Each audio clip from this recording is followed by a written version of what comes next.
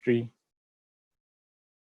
gentlemen and ladies of the press, members of the international community, distinguished ladies and gentlemen.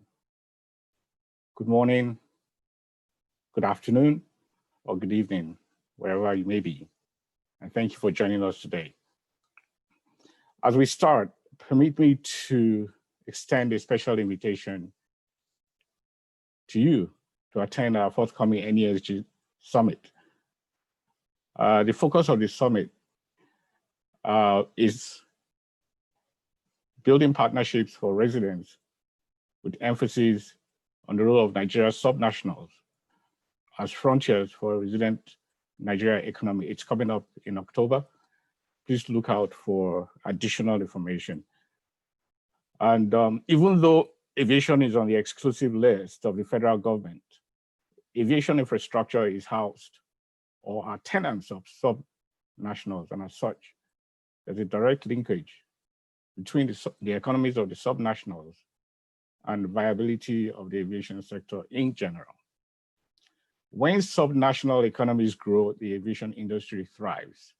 Conversely, aviation adds vitality and is an enabler of growth for subnational economies. You know, they both feed off each other. And as the big conversation is deepened and the way forward for the Nigerian economy, aviation will have a lot to offer in the emerging trends. Distinguished ladies and gentlemen, it's no news that, you know, we are in unprecedented times. No one saw the global pandemic coming. And when you look at the way the aviation industry in Nigeria is organized, it wasn't set up to absorb this kind of shock. The effect has been so devastating that the Airport Council International estimates a loss of approximately 60% of passenger traffic, or $104.5 billion airport revenue in 2020 alone, compared to business as usual. This is just, you know, passenger traffic. You can imagine what has happened to linkages that involve non-aeronautical business. And for this reason, you know, several countries are coming up with strategies for the sector, not only to remain afloat, but to prosper regardless of this setback. This reality means Nigeria has to look inwards for solutions, align them with global best practices in order to prepare this sensitive sector to be resilient for what will be an increasingly competitive industry after the pandemic. Nigeria is an important high revenue yielding destination for over 22 foreign carriers and currently has bilateral air service agreements with over 78 countries. Considering its strategic geographical location, a huge population, and a large traveling public, Nigeria has the potential to dominate the sub-regional market. The aviation sector is an enabler of economic growth and will, for the foreseeable future, play a critical role in shoring up Nigeria's gross domestic product. So, for instance, in 2019 alone, the sector contributed 198.6 billion naira to the country's GDP, and according to the Nigerian Bureau of Statistics. Aside from employing thousands of Nigerians, aviation is also considered the fastest growing sector within the transportation group in 2018. And I'm sure the Honorable Minister will shed more light on the impact of the accomplishments of his administration and plans for the future. Ladies and gentlemen, as encouraging as these developments are, we must accept the fact that Nigeria can do much better and should be a destination or transit location of choice, be it in the form of passenger traffic or air cargo. Honorable Minister, when we paid a visit to you in March this year, when I say we, I mean NESG, we offered to help the Ministry of Aviation attain its overall vision, which is to enable a safe, secure, efficient, and comfortable air transport system that is self-sustaining, a key player, a huge contributor to the nation's GDP and to socio-economic growth and development. I want to let you know that this is the first step towards redeeming that promise. So the theme of this stakeholder business roundtable is positioning Nigeria's aviation industry for global competitiveness. And to get the conversation off the ground and press towards actionable items, we have here today a group of distinguished experts who will speak on different topics. It is hoped that their presentations will elicit contributions from all stakeholders. And I use that word elicit on purpose because we want a broad involvement of stakeholders. We will also call for papers. Our main goal is to generate a multi-stakeholder consensus approach towards ensuring the right framework for the future. A framework that will catalyze our quest for global competitiveness. Distinguished ladies and gentlemen, my name is Tiva Epere, and I'm the thematic lead for the Aviation Thematic Group of the Infrastructure Policy Commission, one of the 11 policy commissions under the NESG. I am pleased to be your moderator today. And we will have 4 presentations. But prior to that, we'll have the opening address by the Vice Chairman, NESG, followed by the keynote address by the Minister of Aviation. But quickly though, some housekeeping rules to all participants. Kindly turn off your microphones for us to have a seamless conversation. And if you have any questions during the panel discussion, please type them into the question box in Zoom or YouTube control panel. I'll bring them up during the Q&A session. So thank you so much. I'd like to thank our panelists today who have taken time to join us. And without wasting too much time, I'd like to invite the Vice Chairman of NESG, Mr. Ani Yusuf, to give his welcome address. Mr. Yusuf is the managing partner of Veraki Partners. It's a company that provides business solutions tailored specifically for African needs. You are welcome, sir. Thank you. Just go with your welcome address.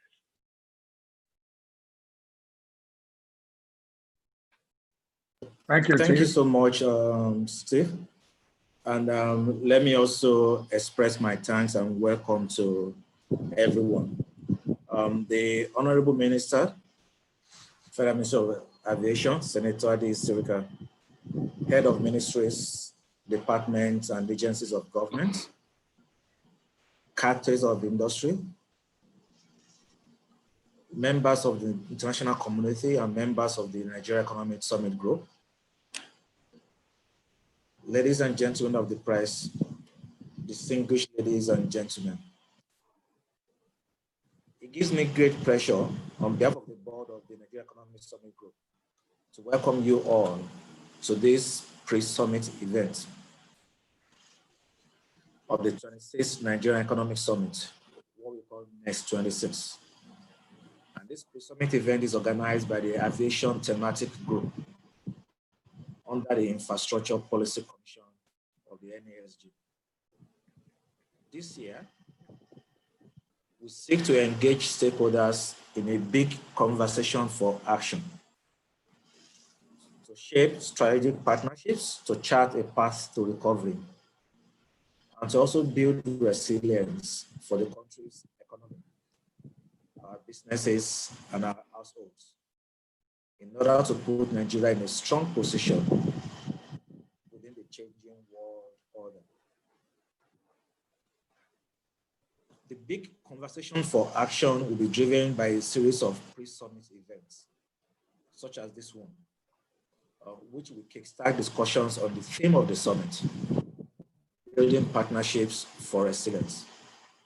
And our hope is that this series of pre-summit events will enable us to convene a wide range of stakeholders to deliberate on a broad set of thematic and sectoral issues with key outcomes. It has become apparent that Nigeria must seize the opportunity presented by the COVID-19 pandemic to reevaluate its current practices and create more sustainable practices. As experienced in many countries around the world, the Nigerian aviation industry was not structured to withstand the unexpected shock that caught all of us unaware. In August 2020, the ICAO released a report assessing the economic impact of the global pandemic on air travel.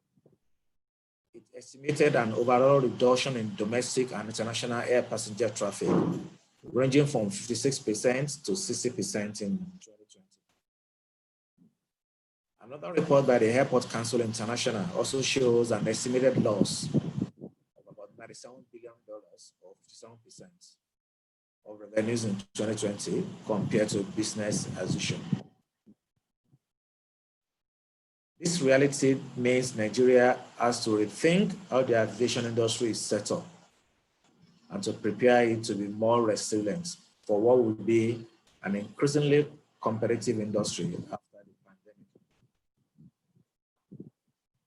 This pre-summit webinar, therefore, seeks to examine the current state of the Nigerian aviation industry in the wake of the global pandemic, to assess the recent trends in the aviation industry and how leading countries and stakeholders are adjusting to the disruptions in the wake of COVID-19. This webinar also seeks to identify practical and critical next steps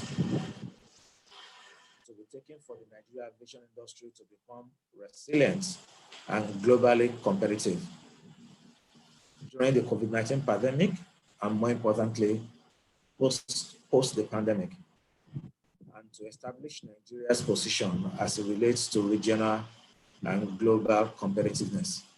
It is our hope that today's public-private dialogue will enhance the engagements of stakeholders connecting governments, regulatory agencies, supervisory agencies, and the private sector towards ensuring the right framework for a Nigerian aviation industry that is resilient and positioned for global competitiveness. I trust that we all contribute our quota and lend the needed voice and supportive steps to make today's engagement a resounding success. I wish us all successful deliberations. And once again, I thank you for being part of this. Thank you, and God bless Nigeria.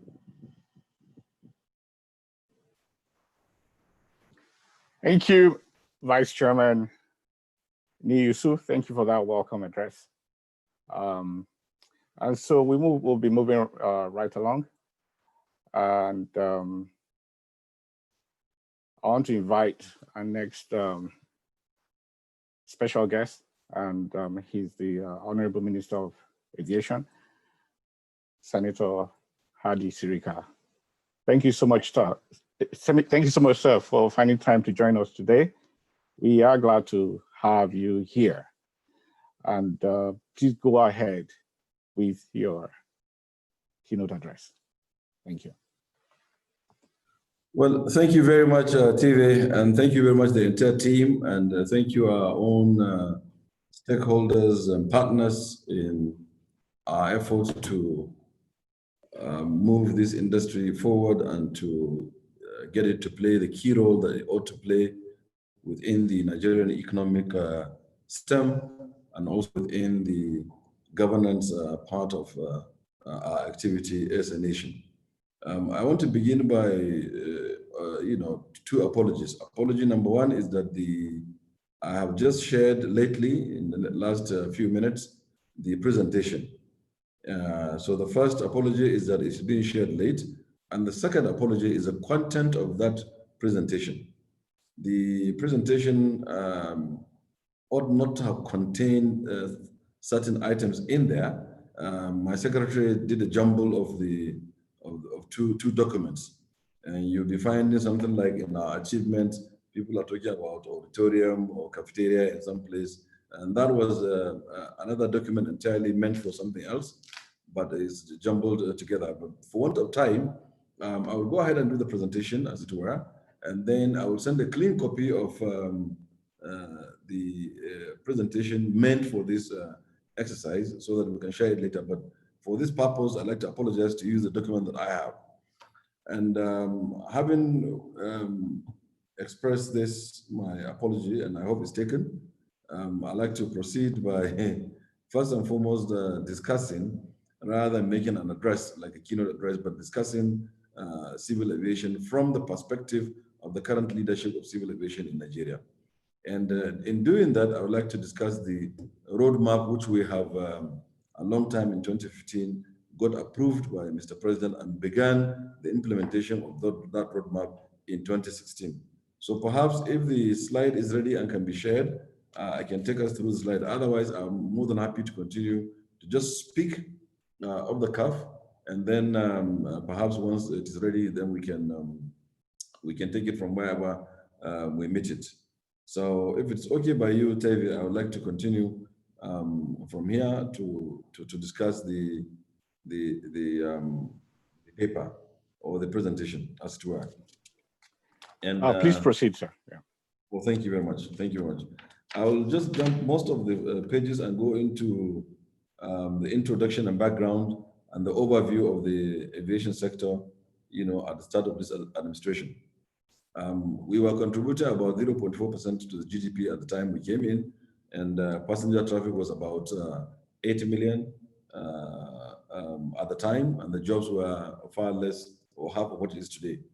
And we found a sector where is bedeviled by lots and lots of problems, which had weighed down the sector and denied it its own rightful place in the contribution to the economy. So we thought that what is wrong in our perspective, what really is wrong with the sector? And we found quite a number of things that are wrong, right from the Civil Aviation Act, of which we use as a document to manage and to lead the industry. We found that that act was reviewed from 1963. It was only reviewed once in 2006. When I was in the House of Reps and I led the committee to review the act, we found at that time we were charging pounds and shillings, for an offense in civil aviation in 2006. And we did it in a hurry because I was built up to election. We didn't have the opportunity to put it to stakeholders and for critique, and so that we can come up with an act that is contemporary, an act that is in line with our own vision and mission, also an act that is in line with our own roadmap. So the first number one item on our table at the time was to try to do the act itself. So I'd like to report that this act currently has passed the first, the second, and is going for a third reading. Very soon, the National Assembly will call for public hearing, and I hope that you will participate. And at another forum, I had shared this act, Civil Aviation Act. I shared it to stakeholders, and it's been with them for the last, I think, 3 months or so. And we're expecting by now they would have critiqued it, and once the public hearing comes, they would share it with the members of the National Assembly and also share it with us, so that we can have a platform for which we will be operating from that will add value to our industry. So that is the first challenge that we had. And then in the roadmap, we thought that Nigeria, for its population, for its centrality in the African continent, for its kind of activity, economic activity, deserves a very robust carrier. This carrier does not necessarily mean to be, or must not have to be, a national carrier with the name national attached to it, with some sovereign shoulder that they can lean upon. This would be good, because then you have some confidence building and some trust by would-be investors that are outside of the nation. But if today we will get an airline in Nigeria that is equal or parallel to, or even better than what ET is doing or EK is doing, we would be the happiest. So the intent of government is not in making national carrier as a component of the roadmap is not to kill other domestic airlines, but to put up an airline that would be able to give the service that is needed in Nigeria and equal to the service that is being offered by other companies. Because like we said, 80% of the carriers in Africa are non-Africans. So we will not just allow them to come and be taking our businesses and going. And then with the SATEM, Single African Air Transport Market, in view, it's only fair that we should establish a very robust national carrier that can take advantage of the potentials of our country and give the service to the people and employ our people. So that's why we chose it as an item of the roadmap, which is being implemented, and we've gone very far. The outline business case has just come back to us, and we're taking it to the council for approval. Once it's approved, then of course we'll come to market, and then we'll share it with all of you. And so I can also maybe during question and answers describe the structure that we've seen now, even though it's not approved yet by government, but I can describe the structure as we go forward. Then the second aspect of the roadmap is the concession of the airport. I don't need to, because I'm talking to you as a group, I'm talking to NESG, I'm sure they appreciate why we should go the concession way. Currently, we borrowed about ₦1 billion from Chinese to put into our 4 airports. If we were to have made the decision at the time, we wouldn't have borrowed money to put in the airport. We would have concessioned that airport and used other people's money to be sure that to achieve what we want and get a better deal in the end. And also we need to understand the current government in power is social democratic in nature, with a bit of apology to some who doesn't share the view, but that because we are social democrats, we will not be selling public assets. They belong to the people. We will concession it and get it back at a later date and then reconcession it and go on, but it will remain with the people.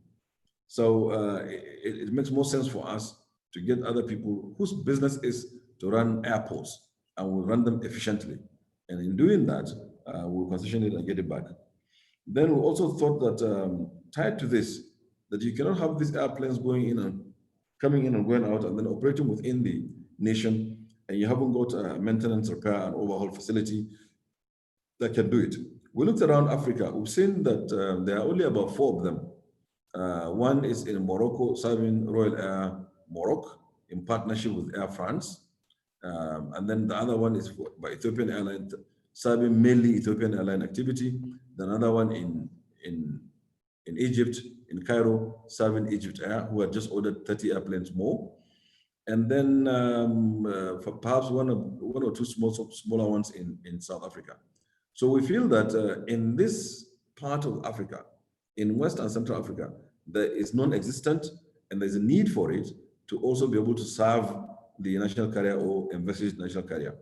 Now, all of this roadmap, as I go on speak, you will see that it's a roadmap that is intertwined with each other and should be working in unison once they start to happen, once they're delivered.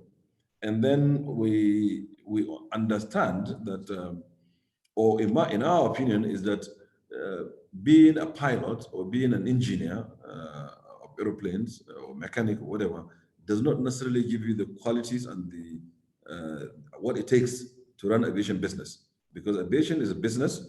So running an airline is a business. Running also an MRO is a business. Running a leasing company is a business. All of the components are businesses for experts that are in that field. So we feel that there's lack of knowledge, there's poor governance in most of these airlines, and causing them to start and quench, if you like that Nigerian terminology, start and quench, or begin and then get kaput. So we thought that we should begin to go into research and development in Nigeria. We started with Brazil. Brazil are manufacturing aircraft. Today we started with Canada. They are producing aircraft. We started with all of these countries. They are now far ahead of us. We're not even able to do certain heavy maintenance here in Nigeria, talk less of producing an airplane or component part of airplane. Dubai or UAE started 6 years ago. Today they are producing tailfins and stabilizers and so on and so forth for different kind of makers, especially Airbus. So we thought that we should establish a university dedicated for research and development into aerospace and aviation, with the hope that in our lifetime, Nigeria will have a spot, in aerospace and aviation in the world. and perhaps even begin to manufacture our own airplane, which the technology is there, so it's really not anything difficult to do. And then we also thought that we should create a leasing arrangement in the country to be able to have equipment that are leased to entrepreneurs in aviation at a very comfortable rates, and faster and much more stronger. And so we thought that we should establish an aviation leasing company, which is part of the roadmap. Then, of course, also we looked at what was happening in Nigeria before. In Nigeria, we used to export flowers out of Jos, for example. An individual out of Adamawa in Yola used to fly out pineapples and mangoes and so on. Yeah, Mutala in Yako. And we used to export our ginger. We used to export chili.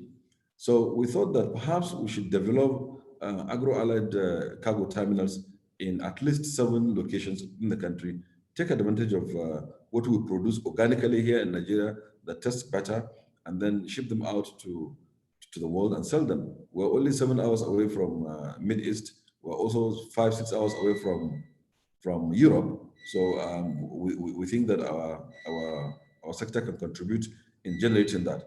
And then the whole value chain, from the person who produced the tomatoes, i.e. who brings the fertilizer and who tills the earth, who put it in a crate, who drives the truck, who loads in the airplane, and then who takes it out and the market there. We believe that all of this value chain contributes to aviation.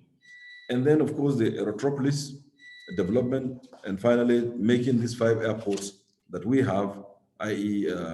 Enugu, Port Harcourt, Lagos, Abuja, and Kano, should be designated as export-free zones, and that has been achieved. We have gone through all of the items, and they were all ticked, and is now before the Honorable Minister for Federal Ministry of Trade Investment, and he assured us before the end of the year, these airports will be designated as free zones. So whoever is doing business in these airports, including the ones establishing the MRO, and those of the carrier, and those of other component parts, catering, and so on and so forth, would be doing it in a free zone with all of the value addition there.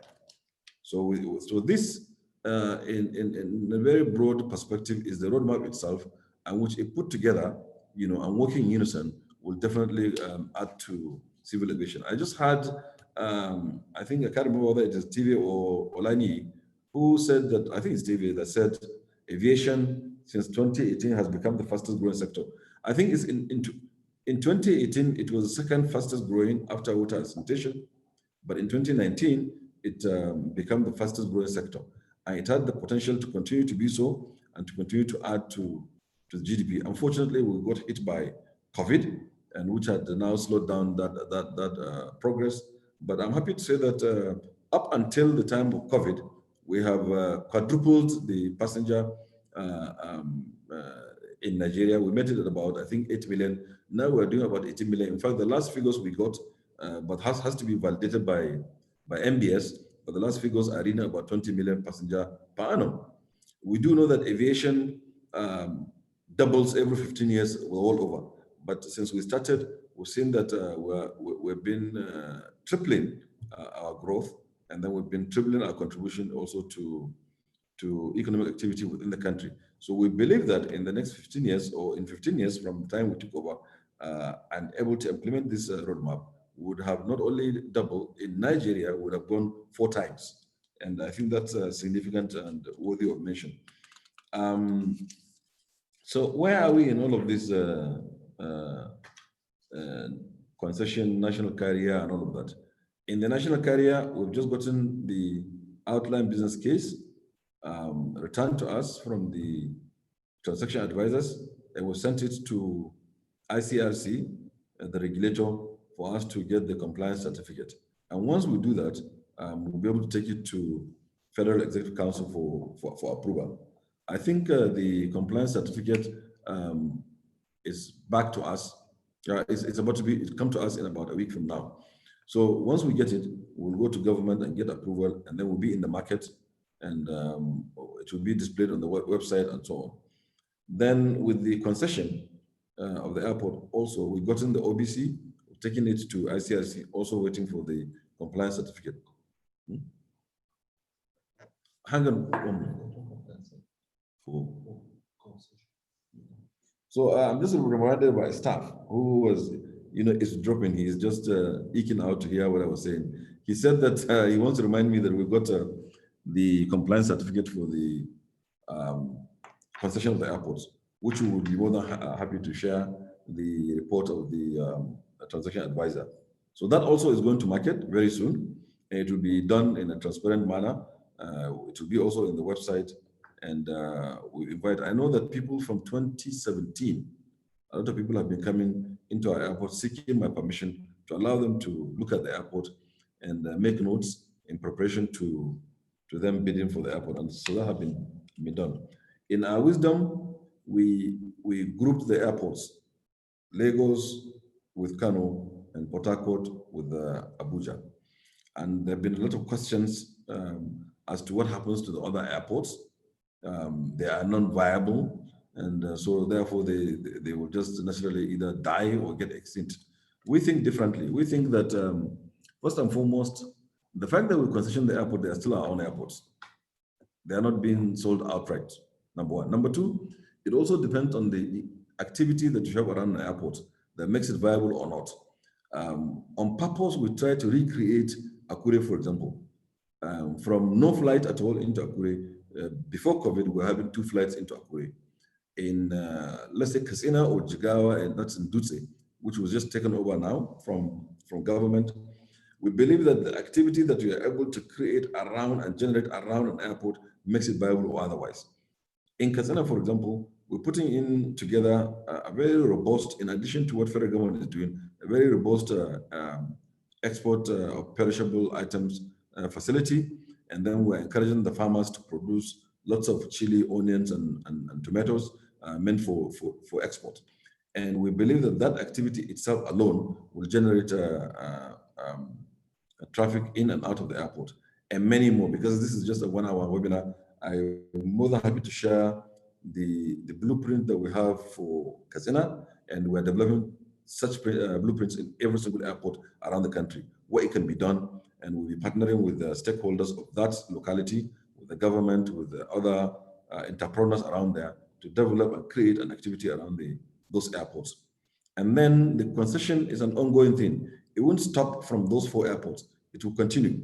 But just to kickstart, this is where people have shown interest. So we'll continue to concession them, on a case-by-case basis. Some people have come up to ask us, they want to take over Kaduna on a concession. Some people have come to speak about Birnin Kebbi. Some people have come to speak about Calabar and so on. So people are showing interest that they want to take over these airports, but we will not give them until we are very sure that we can get value for money, and what they intend to do with those airports are in line with our roadmaps, and then will truly add value. And those concessions, just for clarity, it's terminal concession, because we are not able to concession the entire airport. The thinking of this government is airports are national security assets.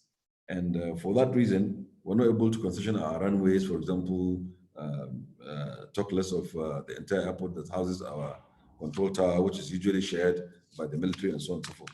So then, so also the cargo. In fact, just to save time, all of the roadmap, we've gotten the outline business cases back to us. And in the case of MRO, a leasing company, we've been to Federal Executive Council, and we're sure that it's going to be approved. Yeah, so we are ready with the technical and financial bids for the leasing company and the MRO, which is being done currently, and then we should advise you and the industry as to where we are. As for the Retropolis, we've done quite a lot of work in Abuja and Lagos. Perhaps we'll be able to share that with you shortly. So even though these are all some of the things that we thought could generate activity in civil aviation, but our main focus is in safety and security. And that is why you have all of these projects going on at the time that we took over government. We're able to very boldly shut down for safety reasons Abuja for some 6 odd weeks and provided alternative in Kaduna and caused lots of hardship and injury to our customers. But I think it's worth it. We're able to deliver that procurement in Abuja. So in that line, we continued. We did Enugu, and then we're continuing to do so many other airports to be sure that the infrastructure it's apologies to you, everyone. We seem to have a little technical glitch here. And wait for the to hear from the technical team, see if we can reconnect the Honorable Minister. But I believe what he has presented so far, I mean, the roadmap itself, one cannot exactly fault it. And we just hope that they can see it through and subsequent administrations will also follow through.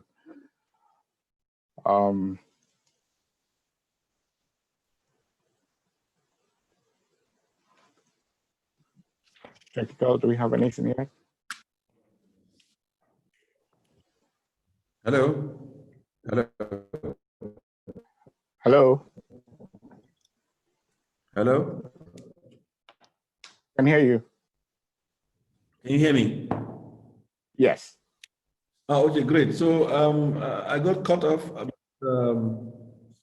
I will perhaps try an active thing if there is provision for that, rather than just keep blabbing in view that I wanted to continue to use. But just to say that I left off, I think, where I was talking about our focus on security and safety. And correct. I also want to emphasize on the fact that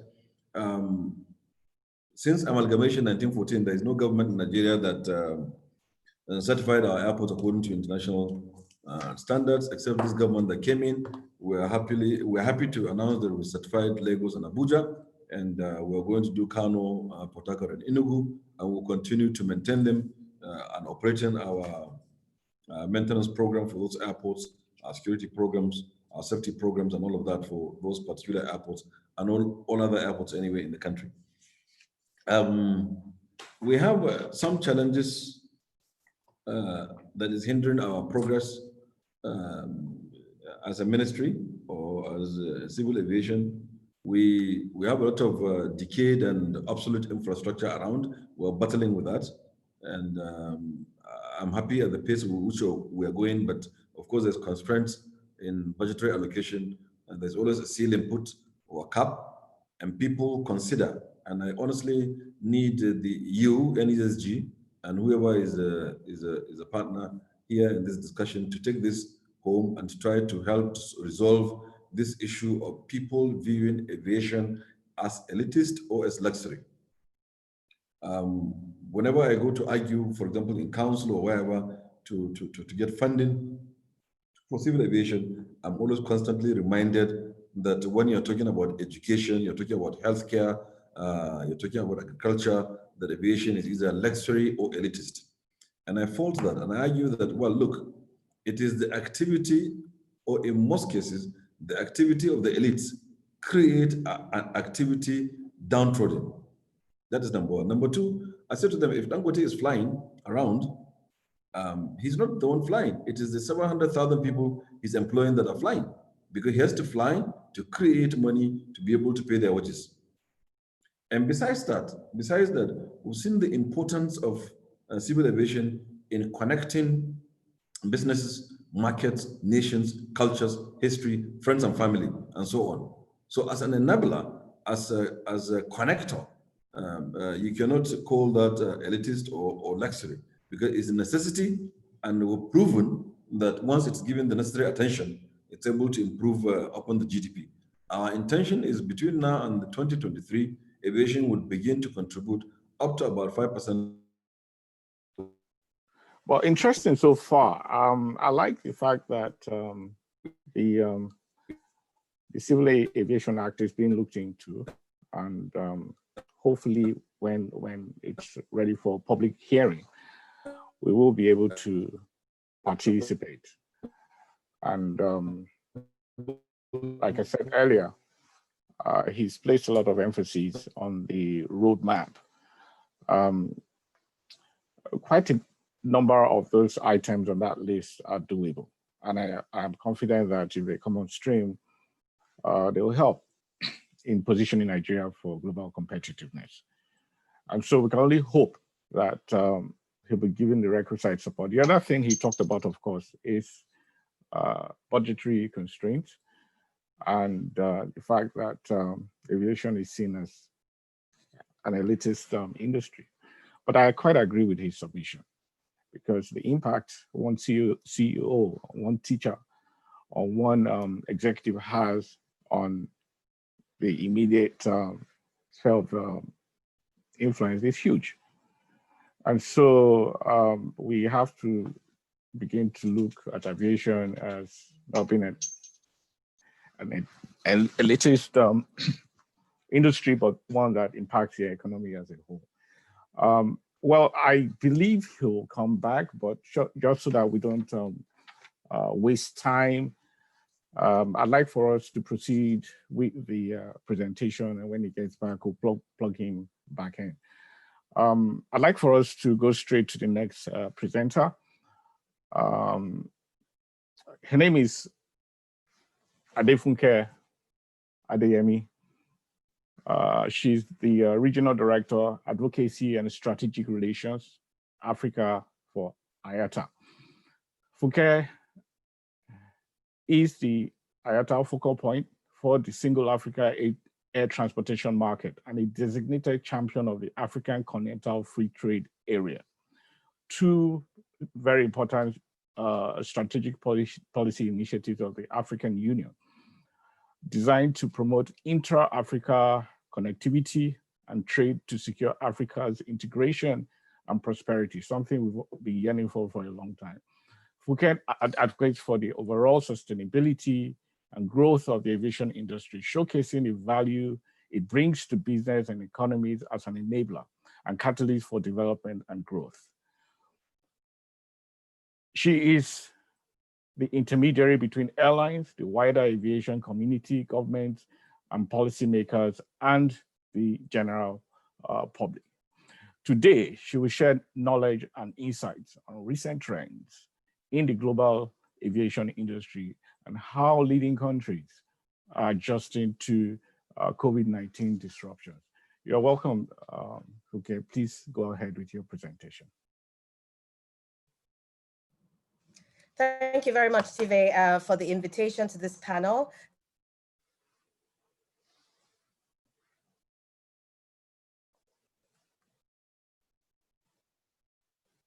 We got you.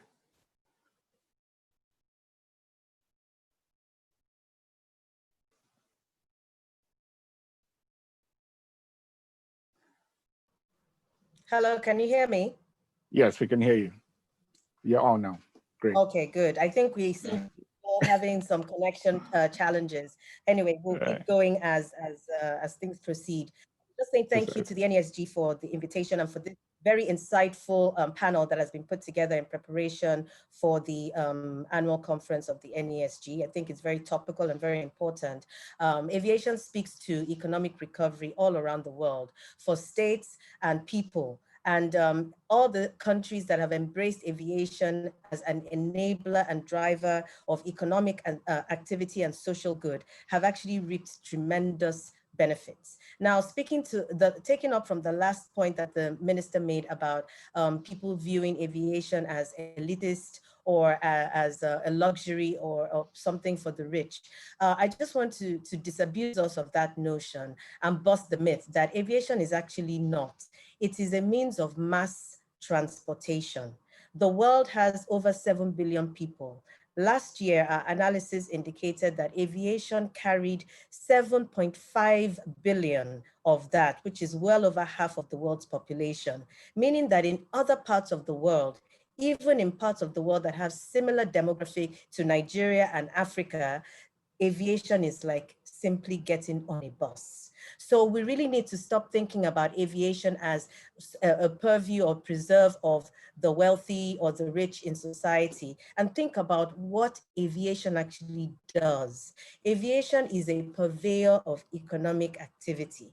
And if you just think about any trip that any of us who are on this panel or who are listening have made, you think about your journey. When you come out of that airport where you arrive at your destination, from the airport, you're either being picked up or you're taking a taxi.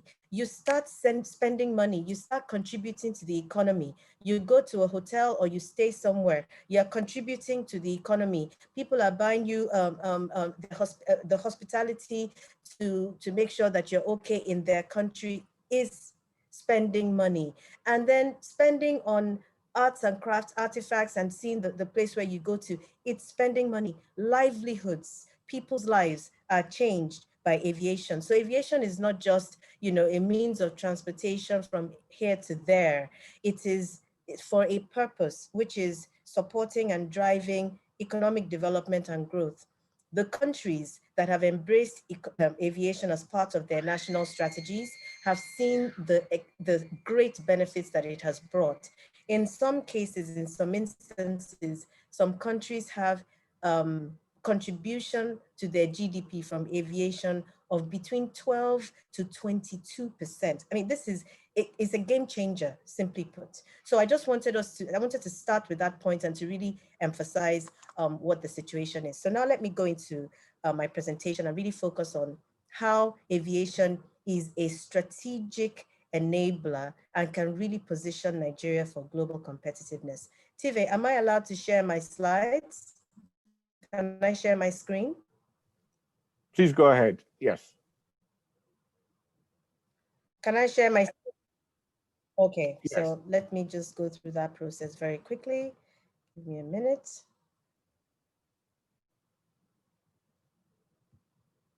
Okay, let me know when you can see it.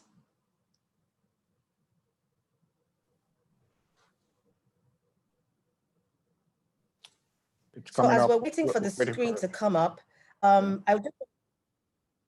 you see it? Not yet, but it's can you see the screen? Up. Not yet, but it's coming up. Okay, I see. Okay, all right. So as I was saying, I just wanted to speak to how important aviation is. You know, it's really one of those key sectors, fastest growing. We heard some of the statistics that the minister gave us earlier on. But in 2019, really, aviation was just like a freight train, a steam engine, a jet airplane, the Concorde, just really steamrolling through all of the numbers and all the parameters you can think about, you know, fastest growing, supporting fast growing emerging economies, and so on. All of this was before the COVID, of course. Now, since the COVID hit, I know the whole world has been devastated in one way or the other by COVID, but aviation has been one of the hardest hit, and really it was a decimation of the industry. So we're going to look at COVID-19 and its impact on global and aviation and African aviation, and even the opportunities that have arisen from that. We'll also go into the value of aviation to Nigeria as a country, Nigeria's place in the regional and global perspective through, you know,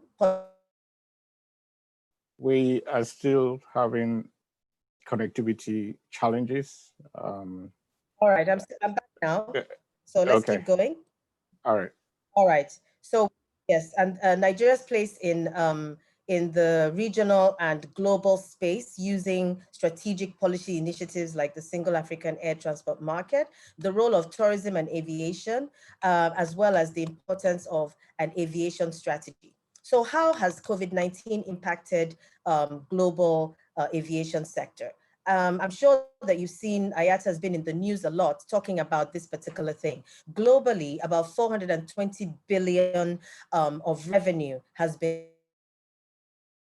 Yeah, so as I was saying, about 420 billion has been lost to the industry since the pandemic started, and the economic situation is for African airlines and Nigerian airlines and the airlines globally is worsening. Another critical issue that has really created the problem is that the border closures and restrictions that government have had to take as a result of ensuring that aviation does not become become a means of spreading or further spreading the disease within borders has really created a serious problem. It's hurting economies, it's killing people, and it's, frankly, killing the aviation industry. And let me just give some additional statistics here. At the height of the COVID pandemic peak, 90% of the global aviation fleet was grounded, and 92% of international traffic is finished, is down compared to 2019 levels. So it's really a key challenge in what we're seeing. Just running quickly through this, the airline loss in Africa is over 6 billion. We'll talk about what that impact is for Nigeria particularly. The job losses could increase by up to 3.5 billion of the jobs that aviation supports in Africa, which is about double that. And the full year traffic in 2020 is forecast to be 54% compared to 2019. So this is a big situation. When we move to the country level, we can see Nigeria in the red highlighted. Between June and August, you can see the movement in passenger numbers, and we estimate that there has been a loss in the passenger numbers from the 20 million that we heard the minister mention in 2019. We've seen a reduction of about 5.7 million, almost 6 million there. In terms of the number of jobs at risk, from June, it was now is about 150, so it's still moving. And between April, when we did an analysis of what the impact on GDP of Nigeria was, it was 0.9%, meaning $900 million was already. Please bear with us. These are exciting times. Okay. Okay. Yeah, so I'm back. Very interesting indeed. It's so funny that while I was waiting to start the connection was very stable. So, this is the gremlins that come with technology, not a problem. So anyway, the issue, the picture that we're painting here is that this industry really has been hit. Now, what has happened in terms of how the global aviation industry and the impact from the COVID-19, what is the reality on the ground, and how have countries started to adjust? The first thing is the financial impact, and I've spoken to that already. We know that 6 billion in Africa, 1.1 billion now as at August for Nigeria in terms of loss of revenue from aviation. So we've been seeking for financial support from governments and international donor organizations and financial institutions for the industry. It's not just because we're looking for handouts. It's the fact that the aviation industry simply cannot survive without that support. Contrary to what people think, aviation is not a rich industry in terms of profit. It's cash rich, yes, because there are volumes that come through. But in terms of profit margins, it's very, very low because it's very high cost and very fixed costs. So it's quite a tough time indeed for the industry. This slide shows us where we've seen some support across the world in terms of financial relief, but we continue to advocate for that. In Africa, we've seen in a number of countries that are highlighted in blue have supported in one way or the other through direct or indirect financial relief. And in other regions, Europe, North America, we're seeing the government starting to put in some stimulus packages for the airlines. And the reason why they're doing this is because they recognize the role that those airlines play in their economies and the economic recovery that can come when the airlines not just survive, but can recover and thrive. So that's really important. And we spent a lot of time advocating on this particular issue, on the financial issue. The other thing is that while we're asking for finance, we're also urging governments and the providers to think a little bit about the impact of additional debt on the airline. Okay, so I'm back again talking about the impact of debt on the airline. So as the industry has slowly, gradually restarted, the industry has additional debt now of about 120 billion, covering support from both governments as well as banks, capital markets, lessors, and so on. So we're urging that as much as possible, let us try to for governments and those providers to rethink the kind of financial support that is given to the industry. So now let's look forward. What has the industry been doing to try to ensure that we can address and weather the storm? Well, the first thing is this, the aviation industry is nothing if not resilient. We always have known how to manage a storm and work in collaboration together as a global industry, looking at using different global standards to support every issue that we have ever faced in our history. This, by any stretch of the imagination, is the worst crisis that the aviation industry has faced. But it didn't stop the global aviation industry under the umbrella of ICAO, which is the International Civil Aviation Organization, from developing and coming up with a new set of biosecurity standards in collaboration with the entire industry ecosystem, called the ICAO Takeoff Cart document.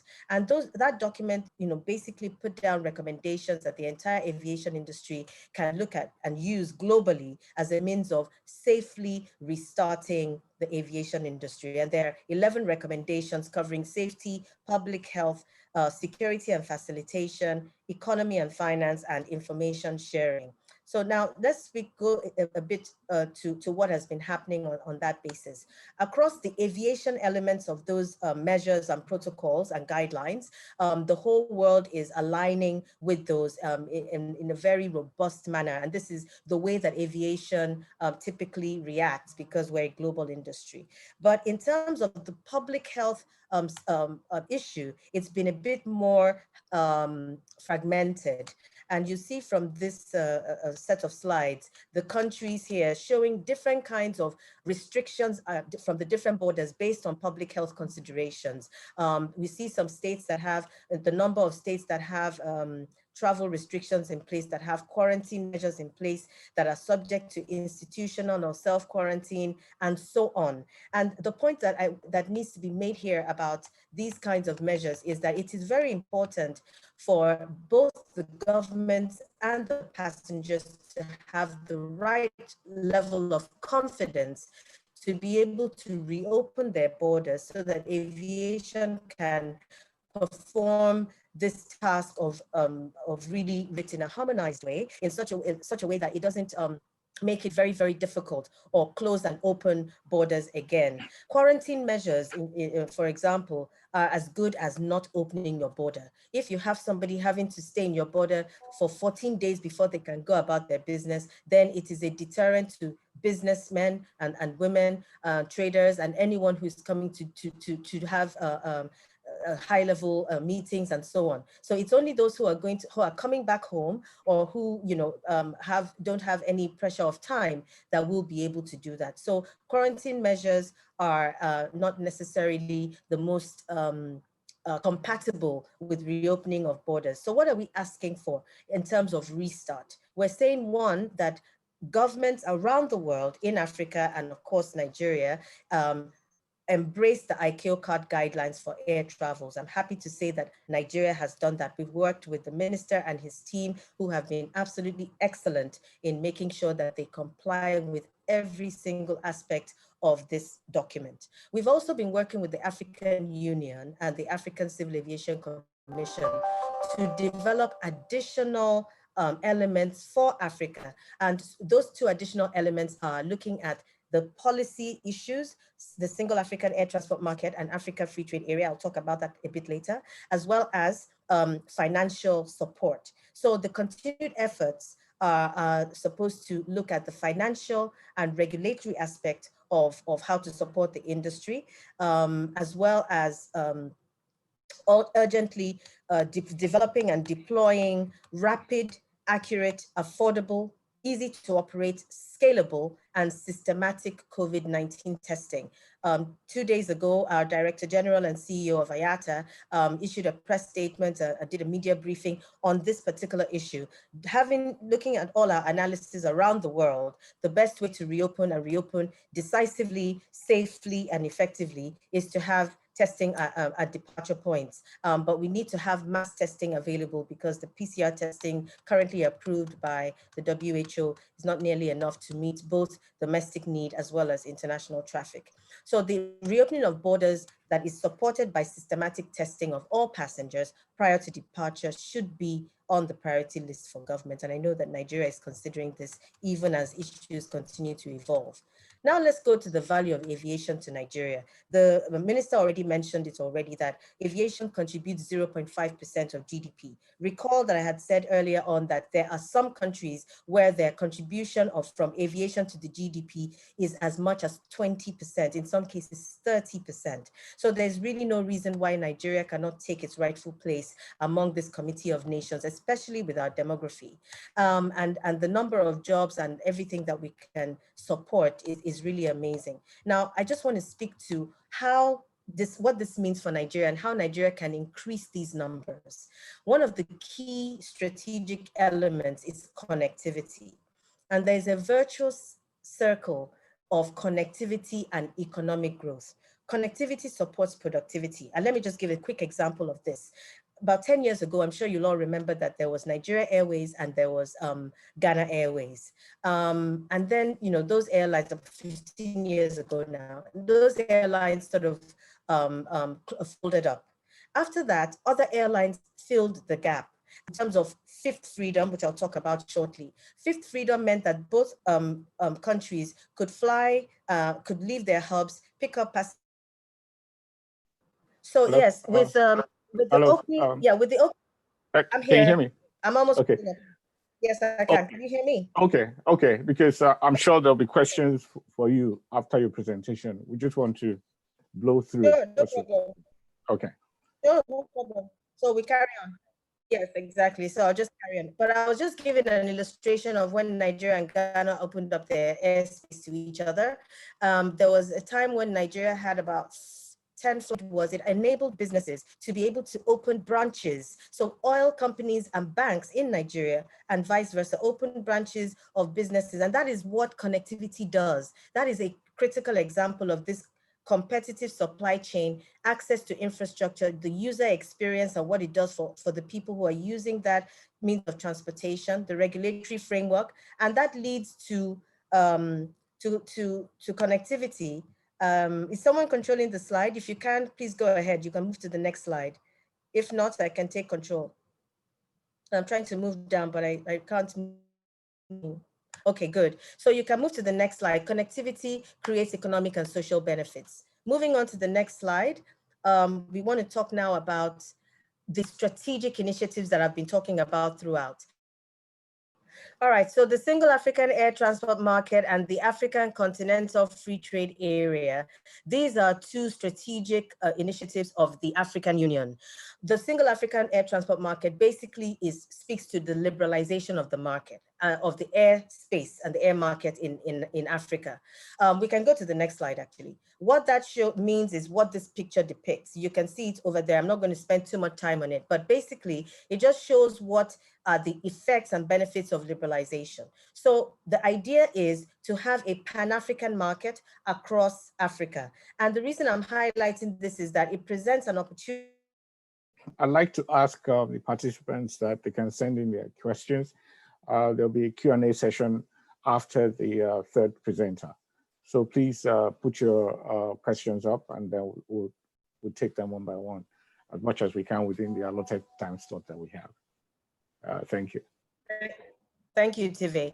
So Nigeria has an opportunity to play into this single African air transport market. If we can go to the slide that has the picture that shows that this one, thank you very much. So liberalization of the airspace in Africa is to create almost a domestic market for the continent of Africa. Nigeria is both geographically and strategically placed to take advantage of this. Liberalization leads to new routes and frequencies, shorter travel times, lower fares for the passengers, leading to air traffic growth, increased tourism, increased trade, increased inward investment, and ultimately leading to improved economic development and growth, and so on, and job creation. So the Nigeria is fully ready. Moving to the next slide, Nigeria is ready to take advantage of this. We've done an analysis of all of the parameters that will lead to the implementation of this single African air transport market. Nigeria is ready on all those parameters to be able to do that. Whoever is controlling the presentation, if you wouldn't mind, please just moving the slide. Thank you so much. So Nigeria is this very, very quickly. Now, in terms of technical issues, but we will not be discouraged. We will press on. We're going to press on. She'll come back. No, we'll carry on. So, yes. So yes, we're back, and we're here now on the page that is saying that Nigeria is ready to proceed with market. If you can move to the next slide, please, to really help me as I'm presenting. Thank you.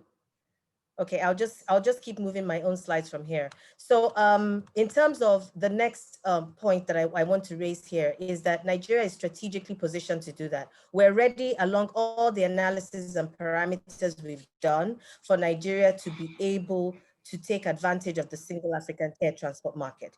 The other thing is that the single African air transport market can increase travel demand by up to 6 times and reduce the cost for Nigerian and other African carriers by up to 30%.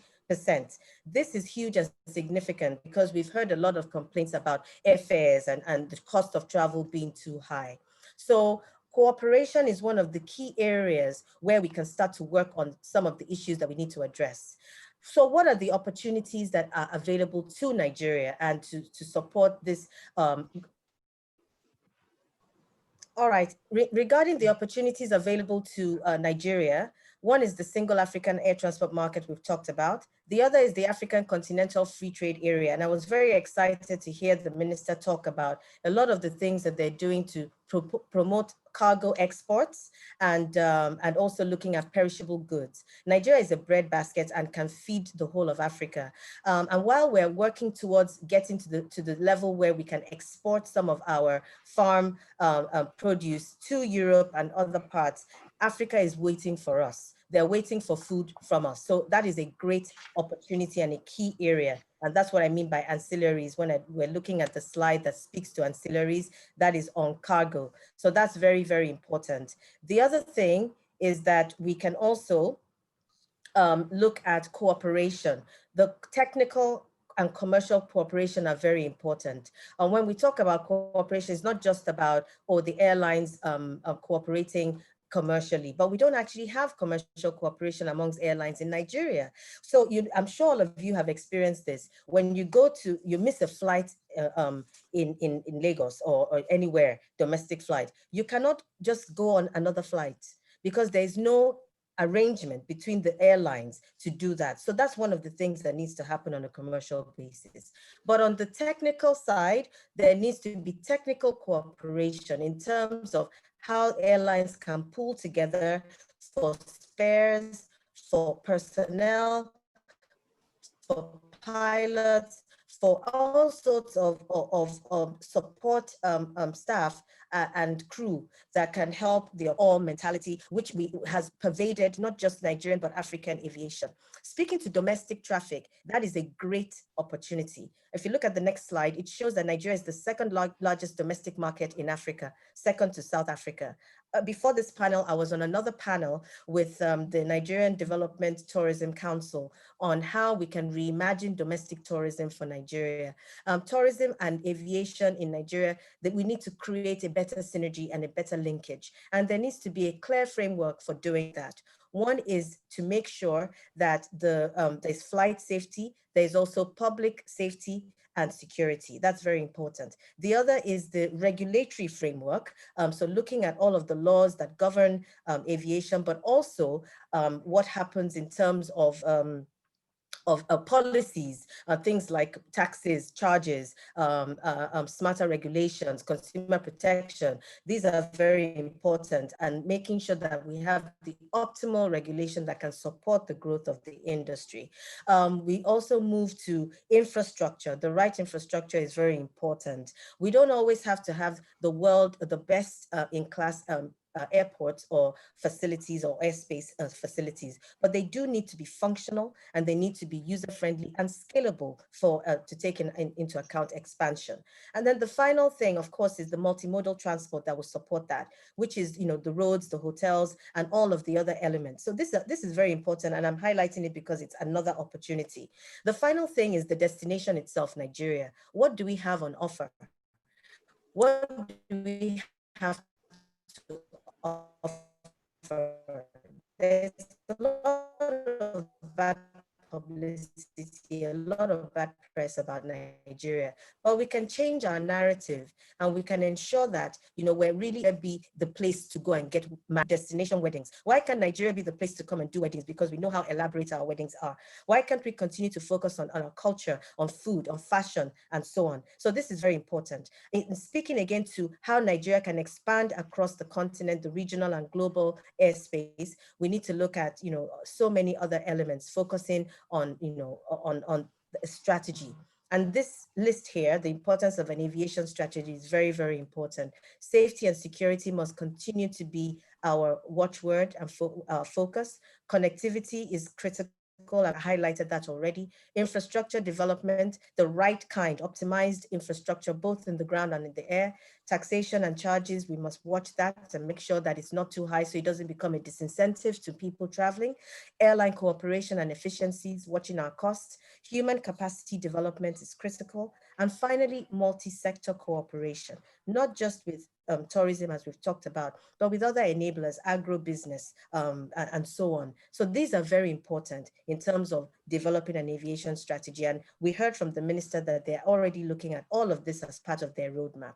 As I round up now, I just want to leave you with something that we've developed on aviation and competitiveness.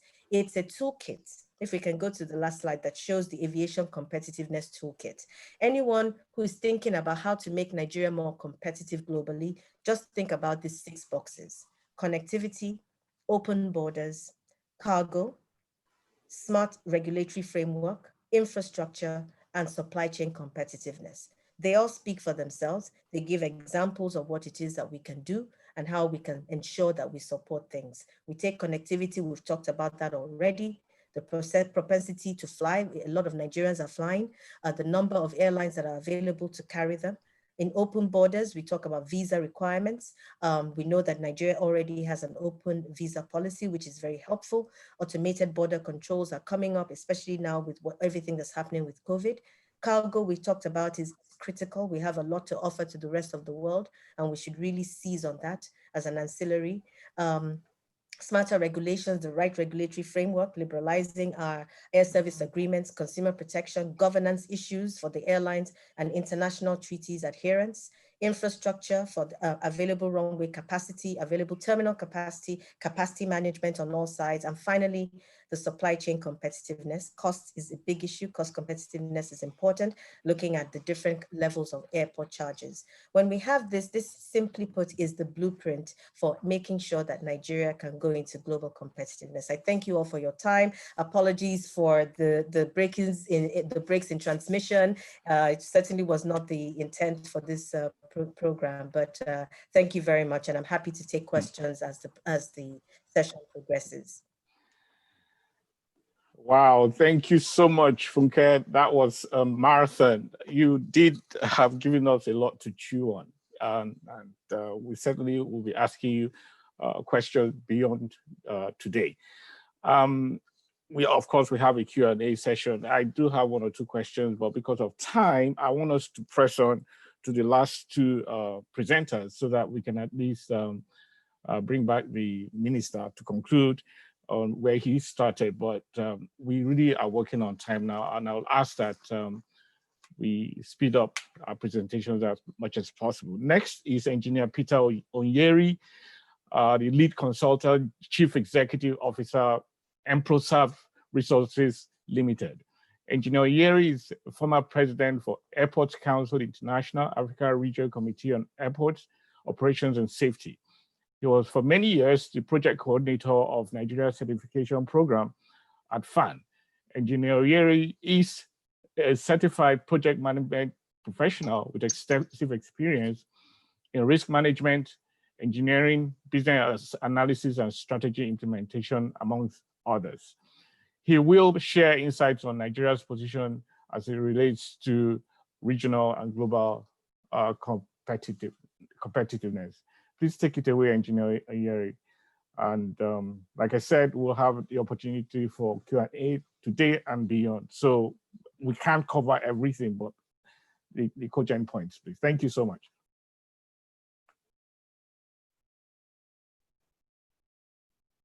Your mic, okay.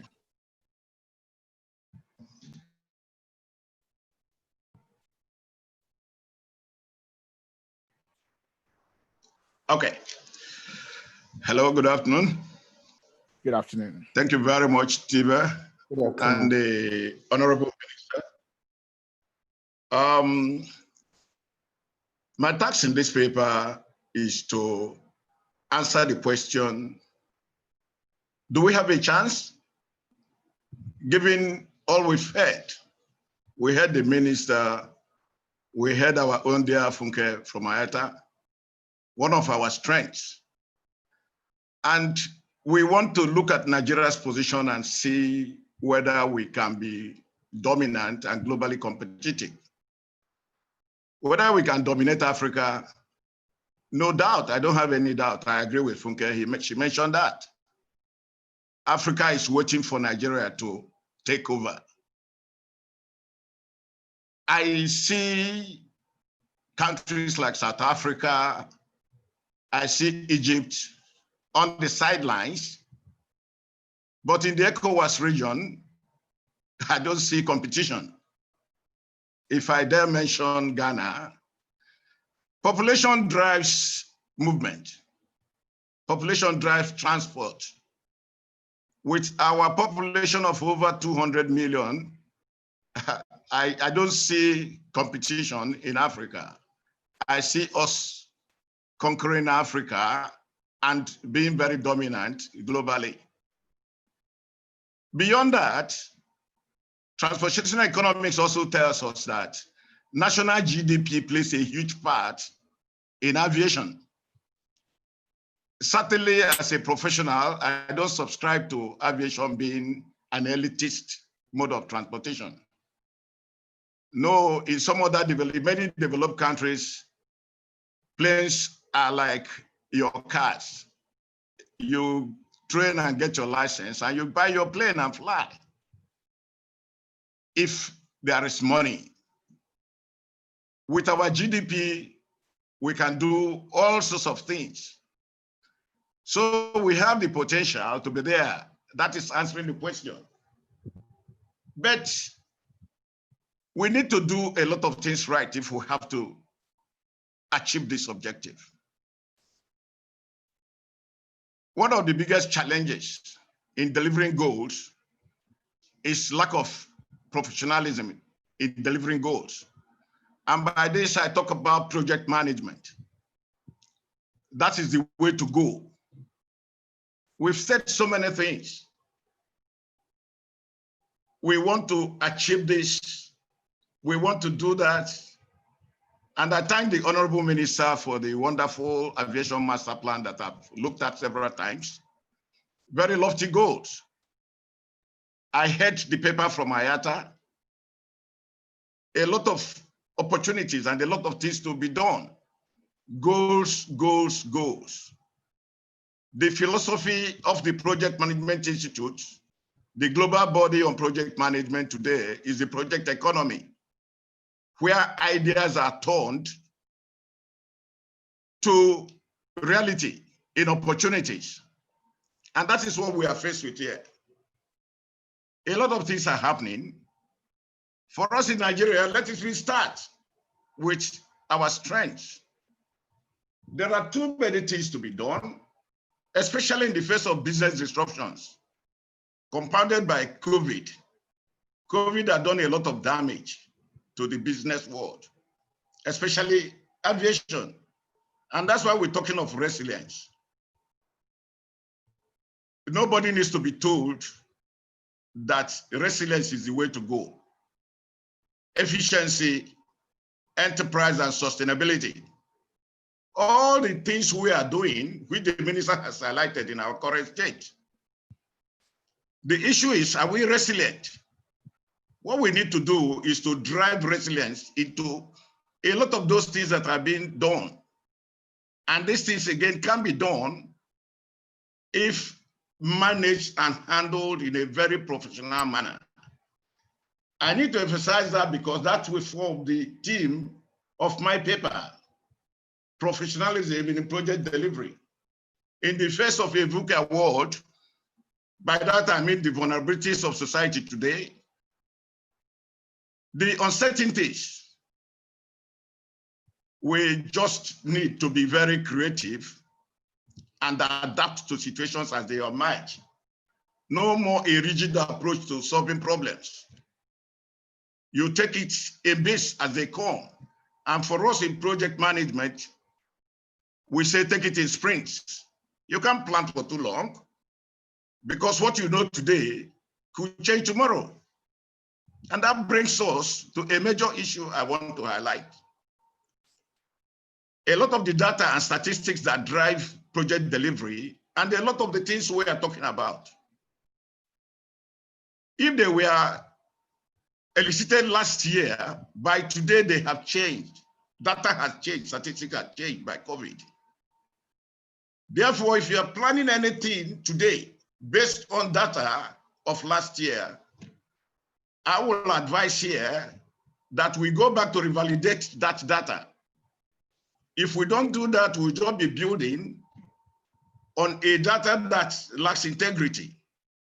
And that will mean that we'll be taking, of course, a huge challenge in goals delivery. If you miss it at the level of needs, identifying what the issues are, if you miss it there, carrying out research, getting data right in the field, you would have missed it. You could just find yourself wasting all your time. And at the end of the day, you feel very unsatisfied. So I am saying that in the face of COVID, we may need to revalidate a lot of the data we are going to use to pursue the lofty dreams that are being highlighted in the two papers and a lot of other ones. Nigeria's geographical position in Africa gives us a huge advantage, very huge. There are many things.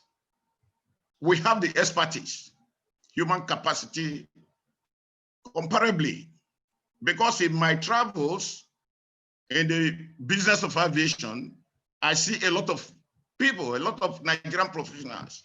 Like I said, we have our own Funke here from IATA. I recall one aviation conference in Dakar, sometime in 2010, thereabout. Many of us Nigerians who attended that conference were playing of aviation. And the FC didn't waste time to recognize that and announced that in this hall and in aviation in Africa today, Nigerians are ruling. Nigerians, please, can you stand up for recognition? And we stood up and there was a huge applause in the hall. I mean, he gives cheer. And that situation has not changed. We have the capacity, we have the competence in aviation, and the regulatory agency is doing a wonderful work, one of the best in the world. For those who don't know, in particular, there are just few countries that can compete with the structures we have for regulation in Africa, comparable with the world. In terms of organizational structure and the infrastructure and the processes, we have a lot of airports, over 22, not to count of the private ones and the airstrips. A lot of the countries we are looking at on the side mirror in Africa don't have anything near that. Not to talk of the fact that we have been certified in 2 of our airports. And we have FAA Cat 1, something that many countries don't have. So we are ready to go. But what do we do going forward? Critical next steps. I had touched on it. Too many things to do, too many moving parts, too many things to come together. In projects management, we say that this is about complexity management. And the aviation industry is a complex system.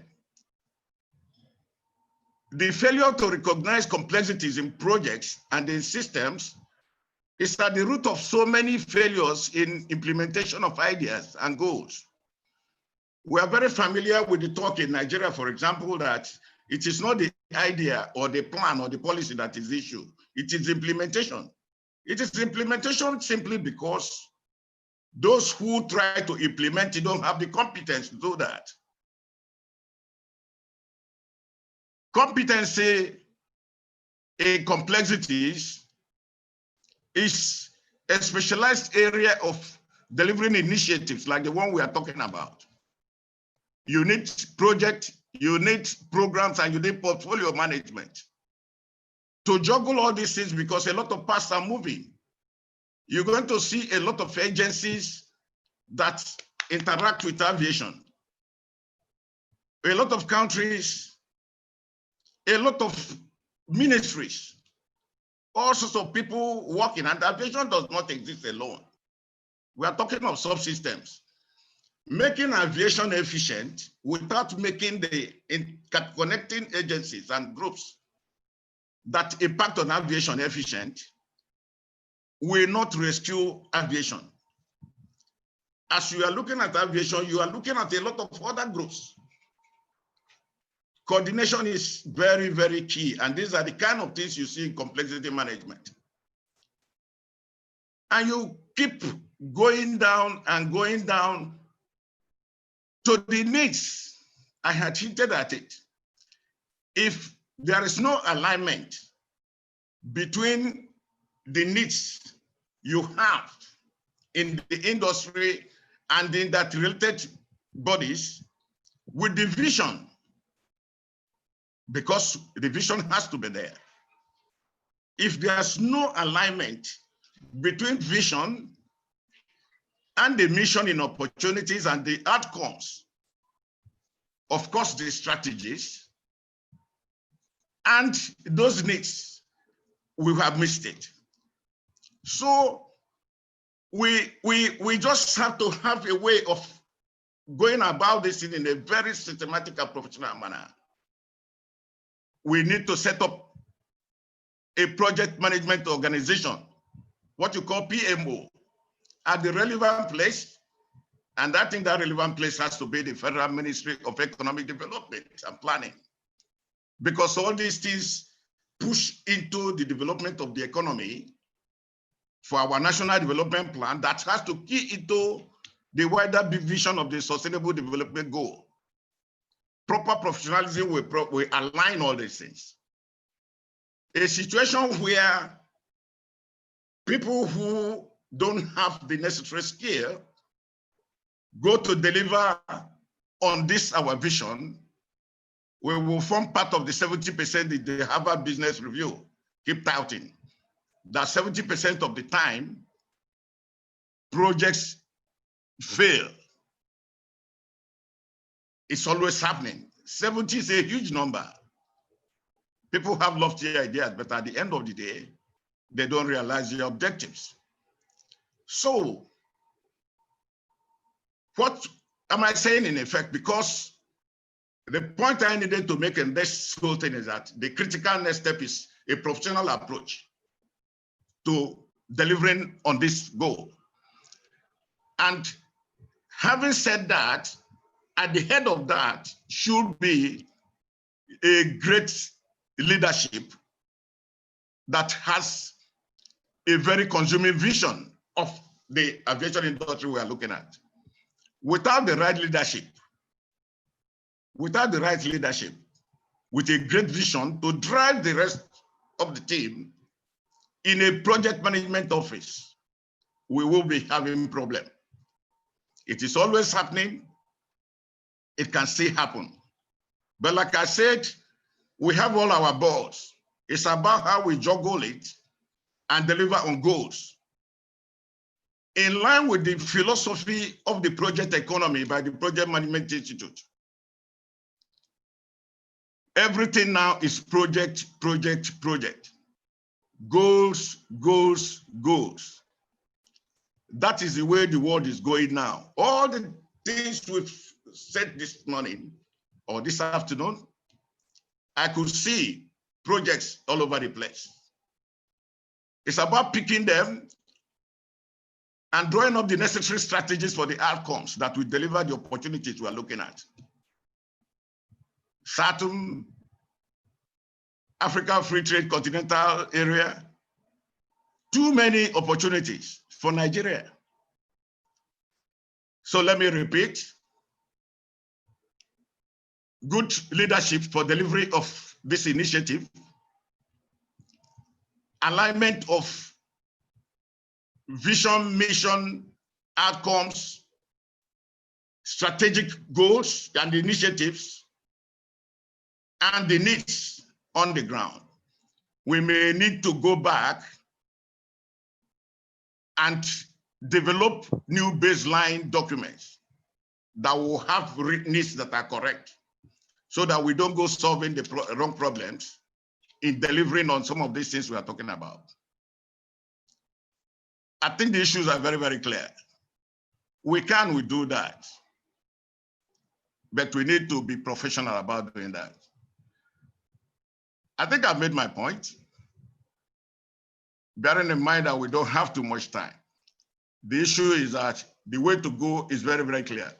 Pick out of these papers and start lifting the issues one by one in proper initiative delivery. Thank you very much.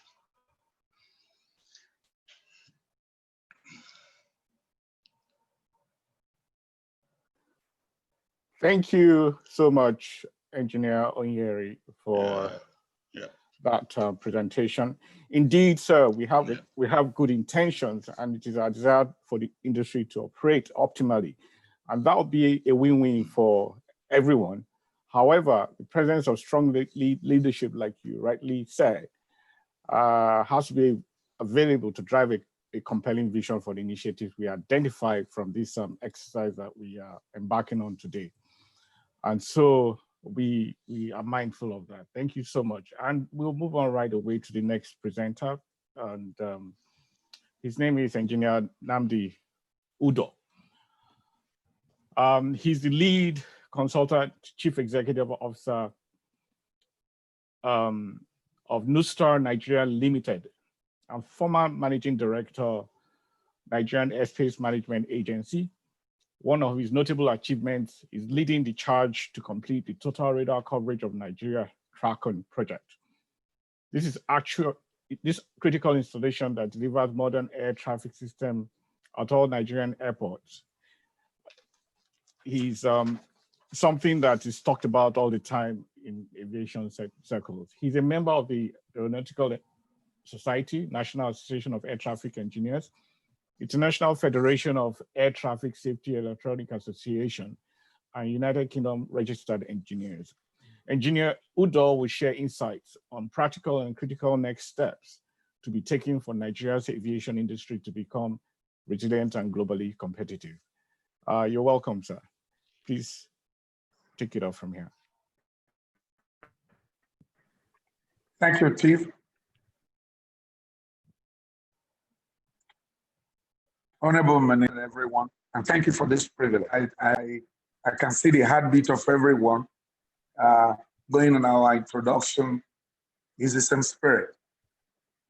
So I will go ahead to practically itemize critical next steps that I think we need to take to make Nigerian civil aviation resilient and globally competitive in a few major areas, which actually would dovetail into what I already heard the ministers talk about today. First is we must have growth promoting policies. We must have human capital development indices that will provide the right leadership for the industry.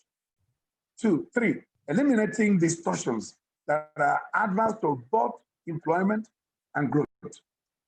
And fourthly, we must be private sector friendly. And the last but not the least, promoting modern scientific infrastructure. Growth promoting policies. Whereas we all know aviation plays a vital role in promoting sustainable global development and must remain resilient, safe, and affordable to be competitive. It is obvious the industry is not geographically bounded. Therefore, we must be global in nature. Whatever we do in Nigeria must be same as everywhere else in the world. Since 2001, after 1963, and the 2013 policy reviews in Nigeria, there is need, just like the Honorable Minister has said, that work is in progress, to review the current policies and create a roadmap which will involve a streamlined policy. This policy must propel that growth in the industry is imperative in the emerging aviation market. Without the right policy, we will miss the market.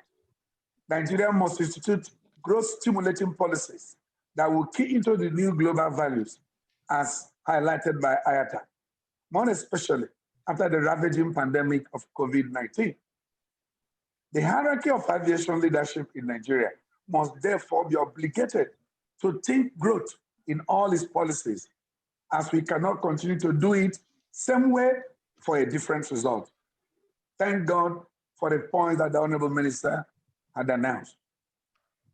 Policy reviews, infrastructure standardization, and sound business innovation must be growth bound. Otherwise, our industry will wane and not be robust enough to be competitive. It is in our best interest to immediately set up a strong team of professionals to work out a master plan, referencing to existing roadmap, existing works that were done in the past, and now to have a robust master plan. Nigeria aviation must be adequate in our domestic market and be strong enough to have ability to adapt international linkages for resilience. This will be seen in our bilateral air services agreement, BASA, and other economic and diplomatic issues involving aviation in tourism and hospitality. My next point will be on human capital development. We must begin to source our best in developing new human resource and continue to encourage our identified best hands to remain globally competitive and resilient while working for Nigerian civil aviation. The aviation market is expected to grow significantly in the coming years, and by about 2036, global air transport is forecasted to support 97.8 million jobs. I don't need to bore you with those usual logistics of how much that aviation contributes to the world GDP. IATA have done a better job. But for Nigeria to participate effectively in this global space, we must have the right human resource capacity for obvious competition that is imperative in the coming future. Like the Honorable Minister said, in all that is initiated, they're not going to be run by farmers or by classic teachers. They're going to be run by aviators, scientists, and professionals, as the case may be. The impact of the wrong or inexperienced professionals for the Nigerian civil aviation cannot be discussed here, as it is obvious. We must have the right guys to do the right job.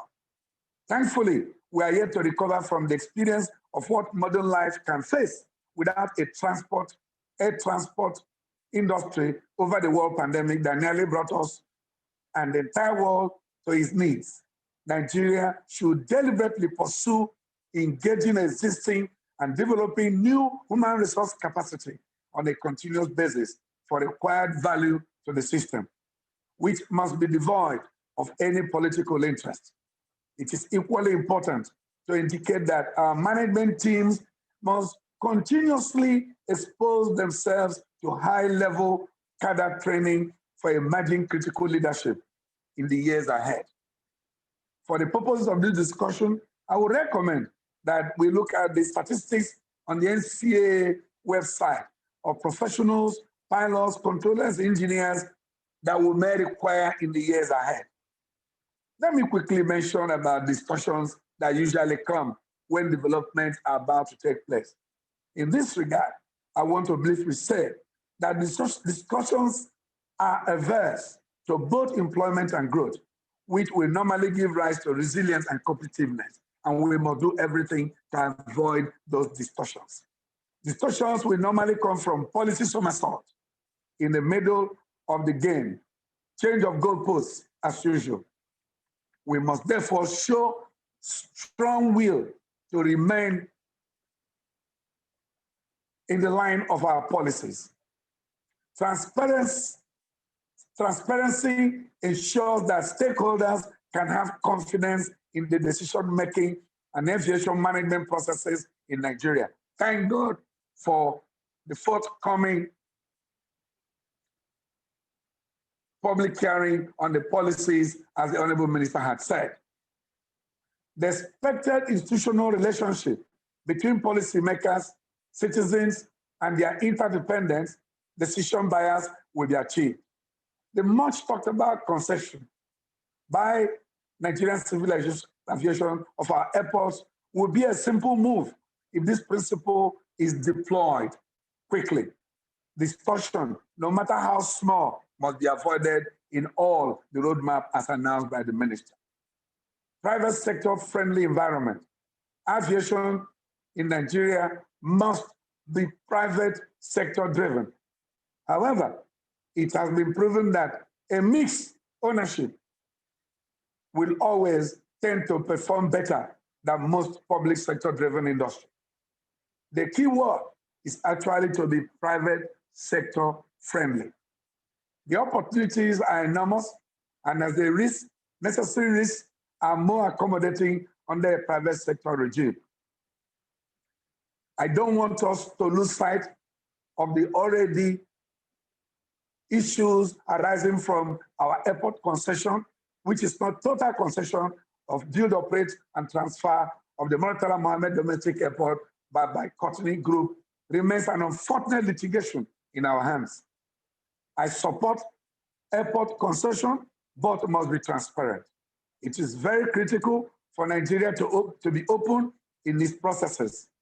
Let me take this privilege to name other important areas that will be expedient for private sector participation. Honorable Minister, I'm not repeating you, but it is emphasis for our people to know we're all thinking alike.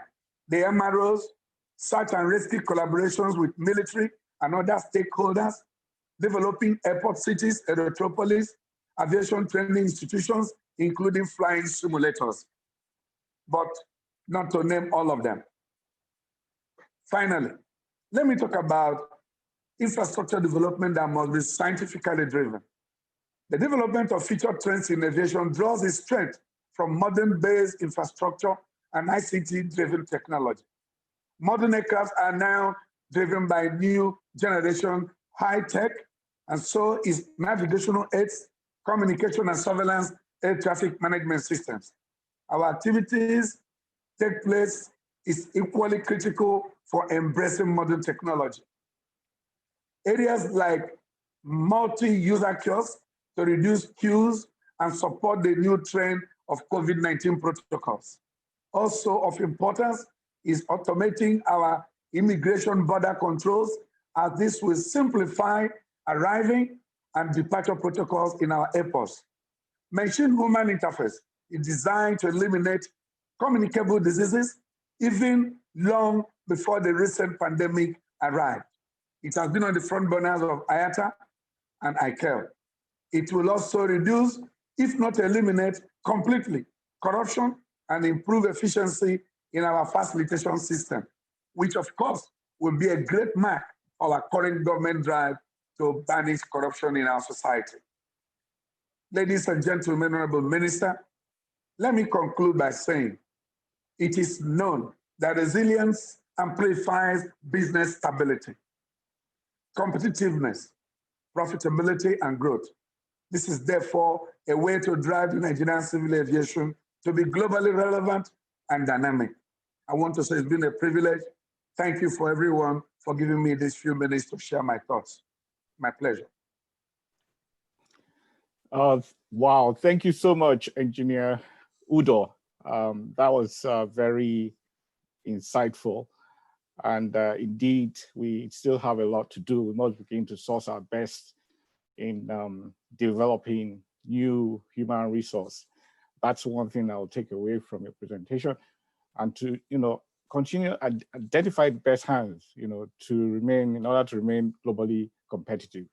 Because no matter how good our position paper is, all we're doing right now, if we do not have the requisite skills to drive the vision that we're trying to actualize, our efforts will come to nothing.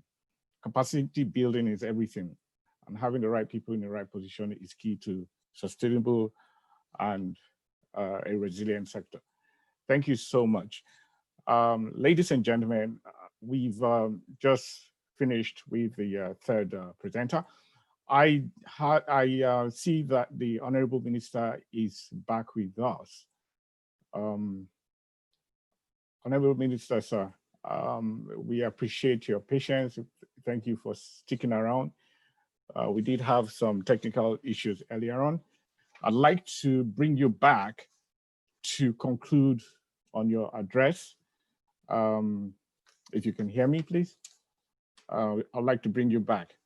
But once he's done, we shall open the floor, for a Q&A session. We shall collapse this into a panelist format. And if you do have questions, kindly send them in so that we can ask the panelists as soon as possible. So, thank you, sir. We appreciate you and the fact that you're still here with us. I hope you can still stay with us a little longer. We'll be done shortly. Thank you so much. Well, thank you very much indeed. I think a lot of things have been said, and all the three presenters did extremely very well. And I think that listen, my job for me, it looks like we're seamless. Like I keep saying, there is no aviation B. Aviation is one and universal, and so no wonder that all of the presentation are pointing towards same direction. But just by way of wrapping it up, we're looking at the future of Nigeria to really create, in terms of airport facility, to create an international network of standard airports being run by the public through a PPP, which will give needed service, improved needed service for our customers. And we're seeing that the future really is very, very bright. The SATEM, once kicked in, will see surge in passenger numbers. Therefore, the infrastructure, the airports, and the runways and so on will be built to take advantage of the future. Our focus initially was that we were thinking that Nigeria will very soon, in the next decade or so, will begin to do 50 million passengers. But I think with the SATEM, we may have to tweak that number. We'll commission a study to see what the numbers will be looking like. But the focus of government is to bring about those infrastructure that will cater for this expected surge in aircraft movement, passenger surge, and also cargo. We also want to see that the industry will continue to be the fastest growing sector, will continue also to improve on its contribution to GDP, would also be not looked at as elitist or luxury. We've also seen the effect of what a very robust and diligent regulation would be. Now, one major thing that I didn't say, which is now the new focus of government, is that the NCAA, who is a regulator, would begin to shy away or move away from being the police of the industry to become the enabler of the industry. And this is in my vision, this is in my thinking, and the right thing, the right attitude to have as a regulator, to help to enable businesses rather than to police businesses. So if you are an enabler, you achieve a lot more, and then you help to promote the industry. And this we are working on. That's why the act is very important, and then the policies that will come out of those acts that we will eventually release about Q2 2021 would all speak to all of these issues. The NCAA will no longer be a police, if you like, quote unquote, but it will be an enabler as a regulator. And all the other agencies will be will enhance service delivery because they are service oriented. And then also our relationship between us, agriculture, oil and gas, tourism, and so on and so forth. We believe that we can achieve a lot, and we're creating those synergies. We're also creating those partnerships. We're trying to think that aviation can now enable all of these businesses and can make it run faster. With the Pan-African University of Aerospace and Aviation, a lot is being done. I'm glad to say that we have secured land for it, but more than the physical, brick and mortar structures that are the trademark of our universities. This will be a university that will be more of ICT, more of being able to do online courses, more modern, so to speak, so that a lot of people around the African continent can access this university and get knowledge and education. And we believe it will enhance our industry. We will begin to do more of economic regulation. This is an important factor, an important aspect that has been amiss. Without mentioning names, we see even choice of aircraft that people bring in to make businesses. We'll begin to look at your business plan and look at your choice of equipment, and you look at your mode of operation, look at your staffing and all of that, and to see whether you'll be able to achieve the intents and goals of your business plan. And then monitor you and help you, enable you to achieve that your business plan. Because that business plan will have to be first approved by us, when you apply for air operator certificates, it would have to be approved first by us. And then it's not just approved and go home and sleep, but we'll monitor to see whether you're achieving the goals that you set out to your business to achieve. If you're an airline, if you're a catering company, if you're a handling company, whatever you are, even car hire, taxi, food, we would begin to look at all of your business plans and then monitor to see that you're achieving your goals. If not, what can we do to ensure they're able to achieve your goals? So I will say that three things we have discussed with IATA. Funke can bear me witness. We've commissioned study, which is being done by IATA, and I believe that by now they would have finished. And then also to say that we're looking at areas where we can fund this industry, because funding is critical to what we're doing. And of course, within the envelope of government budgets, we're able to achieve all of the things that we want to achieve. But the funding we'll do it jointly with the industry, with IATA and everybody. So finally, to say that I think that all of us have a role to play, and I want to thank NESG for their support. First, for coming to my office to discuss the roadmap, and secondly, also for participating in all of the ministerial retreat in 2019 and 2020, and to say that we thank them for their support, and they should help us within the Nigerian economic space to dispel this notion that aviation is elitist or is a luxury. To bring and to invite everybody to participate in what we are doing to ensure that we have a robust sector. Thank you very much indeed, and I'm more than happy to answer any question. And to say also, during the public hearing at National Assembly, please kindly attend, and if we will be doing stakeholder meetings to discuss primarily our intention on this concession. A lot of rumor out there, a lot of insinuations and so on and so forth. But the key thing there is that there is going to be this concession, and there will not be job lost. But perhaps there will be some people will even move for the better, because the concessionaire will come, he will operate for about 2 years, he will assess the staff, those that he needs to follow him, he will pick them, they will follow him, they get better salary, better service, and all of that. And then those that he does not want will remain staff of fun. We've got a lot of activity for them to do. We would maintain them because the assets are ours in the first place, and we're only considering the terminal. And then them also will improve their capacity.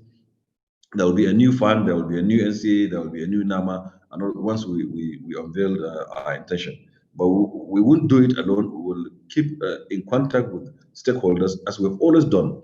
It is on record that perhaps this is the only minister that had done officially 6 stakeholder conferences, and with a lot of people attending. Sometimes over 1,000 people attended physically, and we did an interactive session, sometimes 4 hours, 5 hours, 6 hours.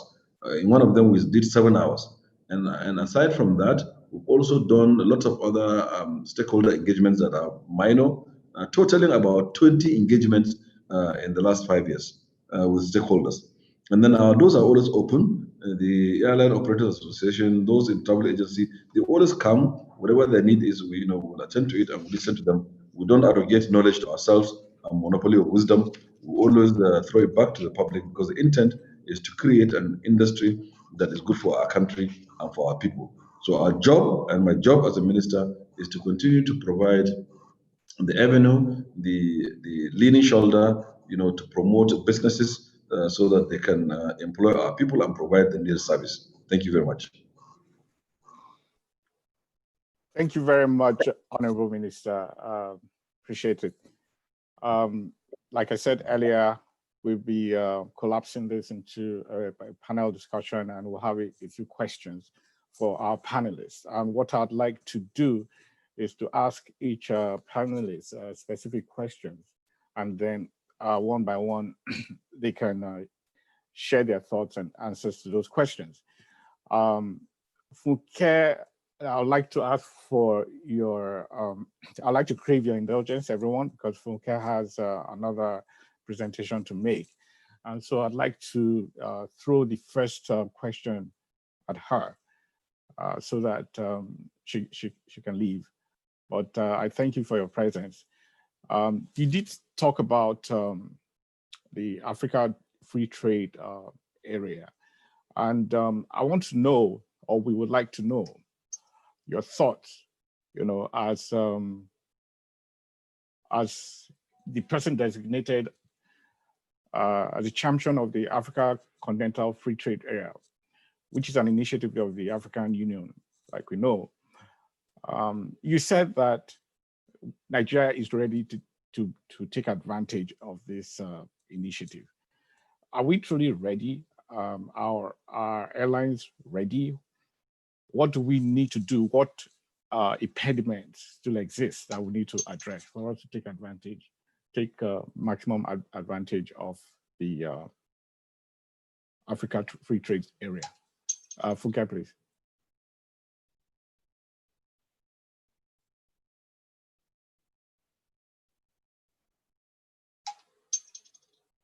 Funke, are you still with us? Is this to Funke or to me? To Funke. Okay. Yes.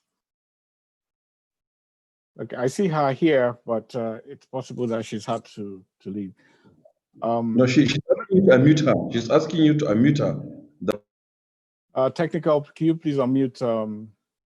Okay.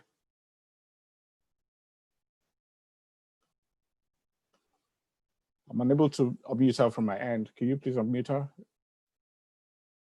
Oh, all right. Okay, no, hi. Can you hear me? Yes, we can hear you now. Can you hear me now? Yeah. Yes. Okay, good. I think it sounds like so there seems to be a lot of delay on the line. Okay, can you hear me now? Yes, we can hear you now. Can I go ahead? Yes. Can. Okay, yeah. Good. All right. I just want to catch up with you on. On the restart. I had a chat. Sorry. I beg your pardon. There's another line. The call that I was supposed to start has started. So let me just close that off, and then let me address the question. Sorry about that. So on the restart, yes, I did say that Nigeria is ready. We did an analysis along with AFCAC, the African Civil Aviation Commission, who is. Hi, sorry, I think it's I'm not sure what's happening, but the host, it says that you have to unmute me. So yeah, Can you see me and hear me? We can hear you now. Okay, very good. So just very quickly, yes, Nigeria is ready. What are the parameters that we use to determine who is ready for full implementation? Full implementation means that you can go ahead and open up your airspace to other third African countries, as well as you go to other African countries. So let's start first with the regulatory framework. All right, so on the regulatory front, Nigeria has signed up to the single African air transport market. Beyond that, it has taken the steps that are the administrative steps that are required to give notice to other countries around it that it is open to fifth freedom rights, meaning that other African countries can come in and out of Nigeria, of course, on a controlled basis. The other point is that there are several other elements. So on infrastructure, airport certifications, the airlines are IOSA standard. They meet international standards. The civil aviation has the necessary oversight and passes the ICAO audit. Security is also has the right assessment levels on a global scheme. Visa facilitation, Nigeria has opened up, and the Honorable Minister has done fantastically on that over the past year or so. And I know that when the announcement was made, there was a lot of issues around that. People asking questions. That's what you do. That is how you open up your market and you facilitate. I'm here. Okay. Can you hear me? All right. Yes, I can hear you. So we'll just make it quick. So yes, all the parameters, just finishing up, on all the parameters that we did an assessment on, all of the things that are critical to safety and security and a sustainable air transport industry. I've talked about that already. On all parameters, Nigeria passes. So Nigeria is in the green zone based on an analysis that we did of all 55.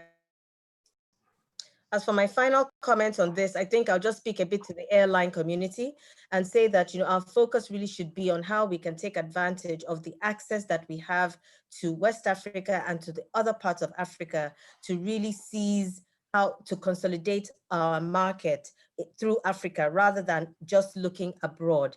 Of course, commercial airlines are free to take any commercial decisions that they want, but just looking at where the impact is, analysis again has shown that it's on domestic and regional flights. So that is a critical issue for Nigeria to focus on, penetrate the African market, and also use our strategic positioning to facilitate and fast track the African free trade area through Nigerian exports to other African countries. I hope that answers your question, and I'm happy to take any other questions that you can send to me independently. Unfortunately, I have another call, another panel now that I have to join.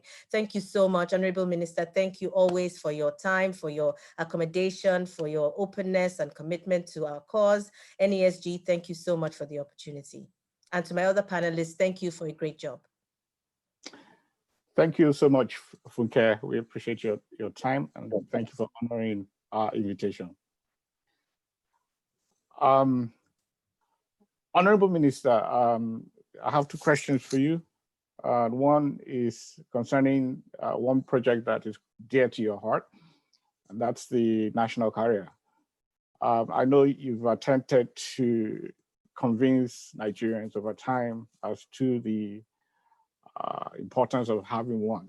I'd like for you, in just simple terms, try, tell them the benefits. What's the benefit of having a national carrier?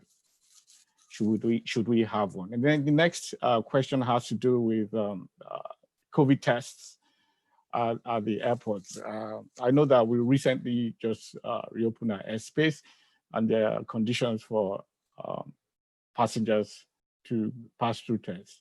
And there's a question here that says real-time on point of care and decision making seems to be the new trend in identifying COVID-19 virus, and more importantly, in flattening the curve for obvious reasons.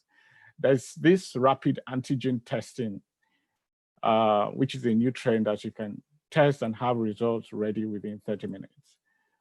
2 days ago, the WHO approved the use of this mode of testing, specifically the one manufactured by SD Biosensor. That why hasn't the aviation industry or Nigeria or NCDC specifically looked into this mode of testing, considering the rate of success with its usefulness in real-time decision making. Also, for the fact that a few people are complaining about how, the current procedure that's taking place. Okay, well, thank you very much indeed. So let me start with the question on the COVID test at the airports and why aren't we doing the rapid testing at the airports? To first and foremost say, of course, this is a question on healthcare, which I may not be very competent to speak about, but as a member of the task force of COVID-19, which involves humanitarian affairs, interior, health, foreign affairs, aviation, with the national coordinator, with NCDC, with the WHO, et cetera. And so decisions are taken jointly in that task force. And from the explanation of the experts that caused us to take the decision, let me start. I would want a situation whereby there is testing at the airport for two reasons. Reason number one, so that the guy sitting next to me in an airplane, I'm sure that he has boarded this airplane with the negative test result. So I'm a bit more comfortable, and then it encourages me to fly. And that will increase the propensity to fly and will increase our passenger numbers. Reason number two also, so that I'll be cocksure that I will not be infected and I will not infect my loved ones when I visit them, friends and family. But like I said, during the discussions in the task force, we found out that this kind of test, the rapid test, will only capture about 60% of those who are positive. That being the case, we feel that those 40% that it will keep at some point, it can do 99%, it can also do 60%, it can even do lower. So it has not been known to do 100% capturing of those who are having COVID-19 in them, i.e. that they are catching those who can infect people and who are positive. So that being the case, we say, well, healthcare is a very serious matter, and it must be taken very seriously. It's based on science and technology and proofs. That being the case, and now that we know, including the WHO, that we know that this rapid test will skip something, the only test that we are sure of that can do 100%, or at least 99.99%, is a PCR test. And that PCR test also, it depends on the day you do it, you carry it. So if you test somebody at the 7th day, after he has proved to be negative, then if he catches it on day 2, by day 8, you'll be able to catch him 99.9%. But if you test him now, you can be negative at the airport here whilst you're boarding and be positive as you board. So they did a lot of argument and to say that this PCR test can be something that we can do in the future. But for now, while we're still at the top of the cap, perhaps it is safer to do PCR test. And please don't ask me why, because the technicality of the PCR and the antigen and the DNA and this and that is not, I haven't been able to digest it and to be able to give you some or do justice to the topic. But I know that it's been thoroughly discussed. WHO has been contacted. Some consultants in the UK and the US were employed, and they did lots of research and studies. They took about 3 weeks doing that, and they came back to us with numbers. And they keep updating us periodically at the PTF. Almost every week they will write to us and say, this is the new thing in the world, this is what is going on here, this is what is going on there. And we said that, look, we should not take this decision because Ghana is doing it, or Ireland is doing it, or Canada is doing it. But what is important is that I think as a country, we've managed this, whether by providence or by the act of ourselves, perhaps we've done very well. 1,000 infections, 50,000 infections, 1,000 deaths, and 40,000 discharged. Now, someone says it's because you're not tested. Then if we're not testing, our graves are also not being filled anyway with unexplained death. So whatever we're doing, we believe that we're doing it well, and we should not compromise on these standards that will now further injure our people. So this is the submission, but like I said, the task force is the best, plus NCDC and Ministry of Health to give you further briefs. Then on the national carrier. But before national carrier, I just want to speak quickly to what Funke has said. Yes, we are ready for certain in terms of the airport, in terms of regulation, in terms of XYZ. But I still believe that we are hugely at a very disadvantaged position if we start now with the way our airlines are structured. I know those of them that are airline operators here would like this statement, but it's a statement of fact that there is no way that you can compete with an Ethiopian airline, for example, or with the Egyptian airline, or with any airline in Africa that has bought new machines that are burning 50% of your own fuel, with you burning twice their own fuel being 40% of their operations, and then you are expected to even out. It just won't work. And we have airlines whose management is solely in the hands of people that are non-airline managers. You can be a pilot, you can be an engineer, but it doesn't make you to be a manager of an aviation business. That's number one. Number two, it's even better that you have a pilot or engineer to be the manager of your airline than to have people who have no knowledge whatsoever, whose decisions will only be based on the economics of it, ignoring the safety, ignoring the other very competent very big component parts of managing airlines, and then you have it to be able to compete. So once we go into SATEM, those people who are more efficient will make more money and will survive better and will be for the long haul. Those who are not efficient, they're operating wrong aircraft, wrong personnel, wrong systems, wrong business model, etc., etc. Of course, they will not compete, and of course, Nigeria will be at a very disadvantaged position. And with this statement, you can now see the wisdom in having a national carrier. Not only that, I don't also like to speak because we did a study and we found out that 60% of Nigerians want us to do national carrier for the ego of it, so that Nigeria will say, yes, Nigeria don't vex, in their own word, quote unquote. That we don't vex, now we have our own airline, that they feel proud to see the green, white, green being flown around the world. I think that is good, but the focus of the ministry is not that. It's to create an airline that will provide the needed service equal to our population of 200 million people, to be able to take advantage and connect Nigeria with the world, with commerce and trade and businesses and countries and cultures and places, and to be able to compete favorably and bring in money and be able to give the service that we require. All of these airlines that come, I have approved people to go to UK, to go to US, to go to China, to go to wherever. All of our buses have not been operated because they don't have the capacity. And we've done this for the last 40 years. 50 airlines have come and gone because they have not been structured in such a way that they will be for the long haul. They will stay here. Their governance structure and all of that is very wrong, very bad. It's just a money bag, waking up, thinking of aviation, calculate the number of tickets, a number of people, and equals the money, and he says aviation is it, and he enters. And this will not take us out of the wood. And Nigerians are needing this service. Now, a Nigerian will, look, we want to also bring down even the cost of tickets in Nigeria. You can't do that when you don't have the robust airline that is efficient, that has been set up with a very good business model that can serve the people. It is my belief that you can reduce the number of tickets or the price of ticket from Lagos to Abuja to about 20,000 naira. It's doable, but it's all dependent upon the business model and what you're doing and the kind of airplane you're flying and how efficient you are as an airline.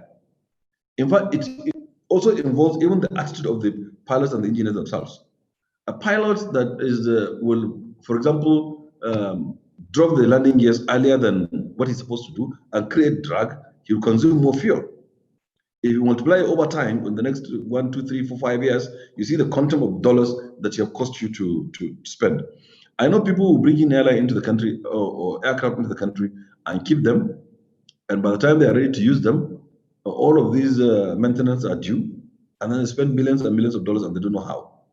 So I think that the intent of government is set up an airline that is correct, that it has a business model that can work, that can give the service, that can connect us to the world and connect us internally.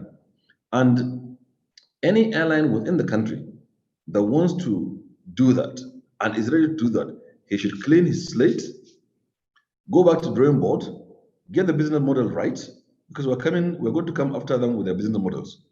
Get it right, employ the right kind of people, get the accountable managers and everybody to be people that can, and the post holders, to be people that can run that business and make it efficiently. And it's capital intensive. I mean, it's very, very heavily capital intensive. So we believe that the way our airlines are, will not give Nigerians the service that they need, but we're going to try to put up a carrier that is private sector led and driven.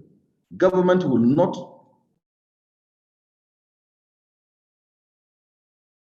Hello? Oh, hello? We can hear you, sir. Okay. We can hear you, sir. Okay, I'll conclude now. Yes, please. Okay. Yes. So we are not saying that when you set up the airline, first and foremost, is called national carrier because there is some 5% or below for the Nigerian government that they will invest, but the remaining 95% is for people who are able to do the business, international and local. We'll reserve some for local Nigerian people, whoever wants to invest, including you, want to invest in the airline. But then, of course, we will get it right. And we hope that this is is come to stay, and then to provide the needed service. So finally, I think this is the time for us to do that. And we are also more than willing and ready to help any airline that will go back to the drawing board and recreate the airline. Get the post holders, get the accountable manager, get everybody that has knowledge and has ability and capacity to run an aviation business, to run it. And if they do that and they have the capital and the finance, then they can grow. But we've seen all of the calls, the hackers, the whole trades, the Okadas, the cabos, all of them, we've seen them come and gone the same way. And there is nothing different from done differently by Azman, by Max Air, by Airpeace, by all of these carriers. There's nothing different than what Cabo, Okada, Kolkol, Haku, Harka were doing before. There are a few who have caught up, who are doing something a bit differently because of their business model. And I don't want to be sound to be promoting others, but they've just found a niche and they are doing that, and I think it's paying them, and we could see it. So finally, to say that please partner with us. We'll share with you the business case. I promise Achedo Peter Side, for example, and his group. I also promised the AON and every other person the business case before it goes to the world, which will happen in the next, I think, 3 to 4 weeks. Should be able to share it, and then people can critique it and then see whether we're making sense. Thank you. Thank you so much, Honorable Minister, for the insight. We certainly look forward to this, continue this relationship, and I hope we can engage you again, especially when you've gone to FEC with the national carrier and other items on the roadmap that you have identified. We've pretty much run out of time. I still had a very good question for you, and this had to do with technology and how technology drives operations within the aviation industry. But I must take one question, one answer from one of the panelists, and that would be Engineer Udo. Engineer Udo, please. How effective has BASA been since its implementation before considering starting for Nigeria? Any impact assessment report, are you aware of any? So we can learn from the past. How can we take advantage of our BASA relationships? Please, in 1 minute, because we're almost out of time, and then we'll just take the call to action afterwards.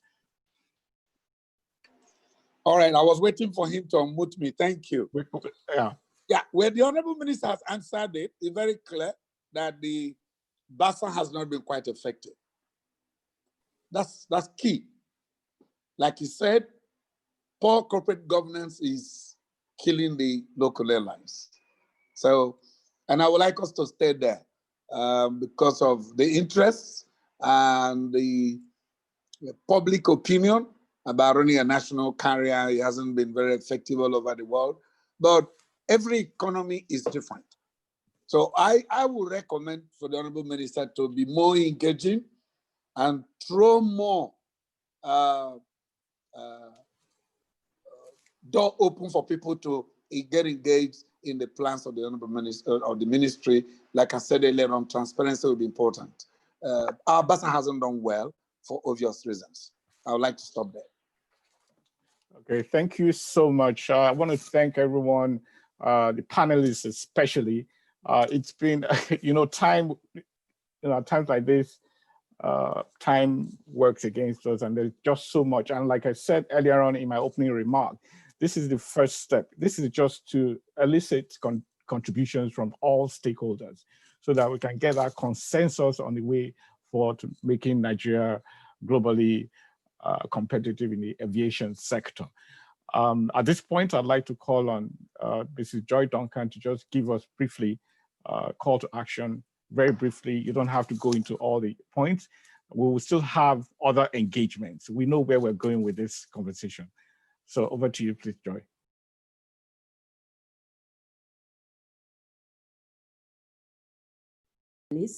Aviators, ladies and gentlemen, may I also please stand on all existing protocols. It's been very engaging, insightful, and factual, even eye-opening for participants, I dare say, and that most of us have a passion to see the Nigerian aviation take its rightful place and its place of leadership in our region, as well as becoming competitive globally. We have also become emotionally invested to rise to the occasion and make the most of the myriad opportunities that positions Nigeria's aviation industry for global competitiveness. Now, listening to most of the germane issues that have been raised by the panelists, starting from the Honorable Minister of Aviation, most of the pointers that we see as the, call them the issues and the challenges that bedevils our sector, or that has positioned us and will yet position us for the current and the future expectations of the industry are several. And since the aviation sector, since the aviation industry is an enabler of economic growth and development, facilitating the connection of people, facilitating the connection of places, cargo, and integrating global economies, we see that the COVID-19 has created a very scary synopsis, as painted by Funke in her in the delivery of her paper. However, a combination of the issues that we have identified shows that all hands must be on deck to ensure that Nigeria goes through this phase and comes out more resilient and more competitive.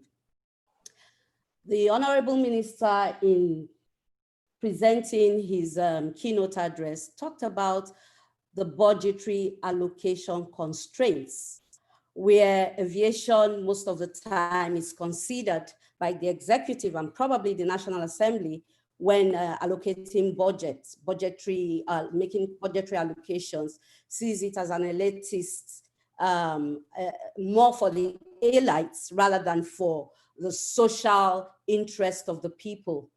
But this forum wishes to call on the executive and on the National Assembly to prioritize aviation needs and see aviation as an enabler that impacts virtually every sector of the economy. Also highlighted infrastructural developments, ground to air.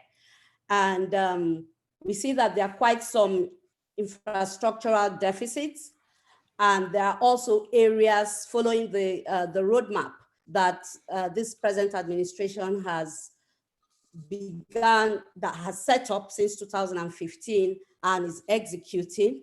There are also, according to what the minister said, some obsolete infrastructure and decaying infrastructure.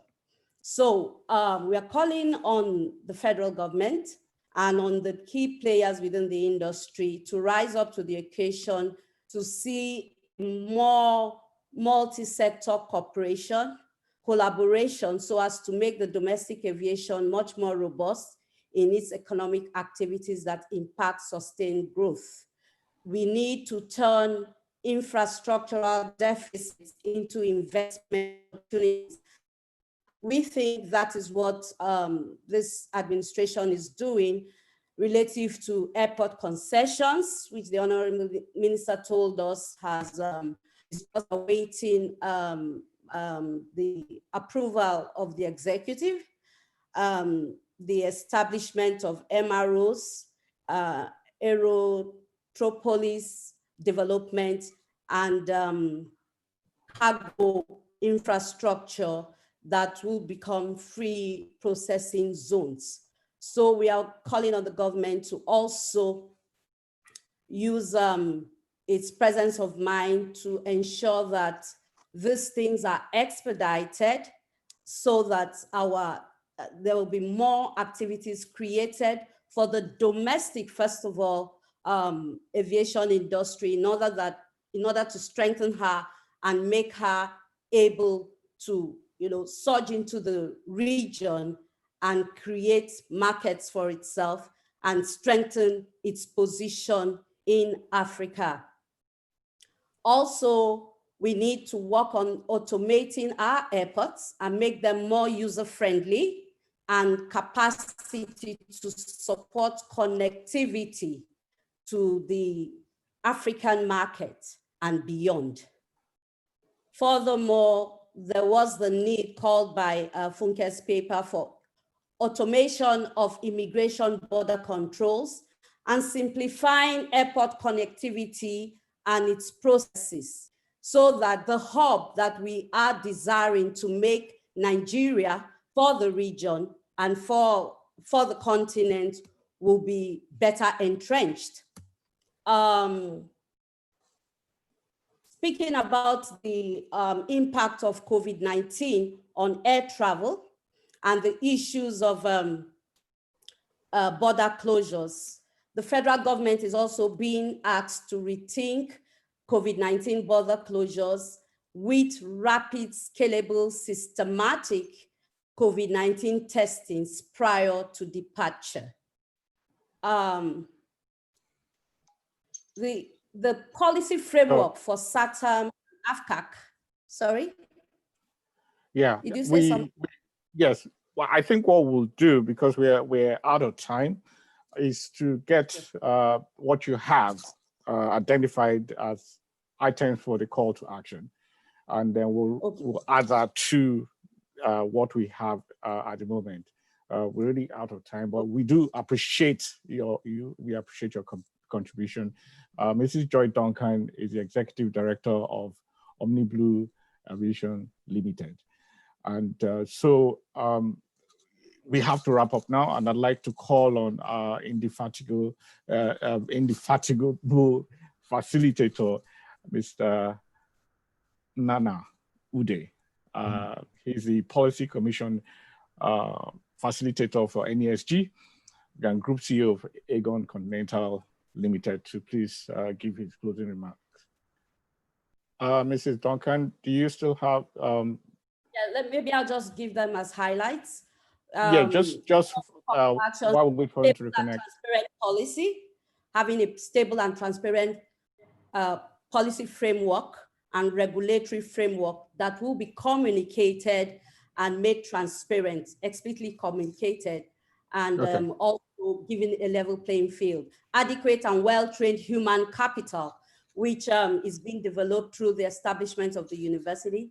And then it talks about the supply chain competitiveness, doing everything to bring our costs down in order that we can become more competitive across board, the taxes and all the charges. And then finally, okay, that's fine. Thank you. Sorry about that. We have him back. So please, Nana, please carry on. Yeah, thank you very much, TV, and my apologies for the network challenges that we've had. But let me begin by thanking the Honorable Minister most profusely for not only participating in this event, but joining us till the very end. We've had about 15 to 16 pre-summit events, and you are the only Honorable Minister that engaged till the end. We know that aviation is your passion, and you are doing great things there. I will continue to support you here from the NESG. I also want to thank all our panelists and all the participants. The discussions we have had here today And the outcomes that will come out thereafter will definitely put Nigeria on track to positioning our aviation industry for global competitiveness. This is an ongoing conversation, like Tive said, and I want to use this opportunity to invite all of you to join the Aviation Thematic Lead of the Infrastructure Policy Commission of the NESG, the organizers of this event. At that thematic group, we hold these conversations virtually on a daily basis and work with the ministry to ensure that all of these outcomes are put in place.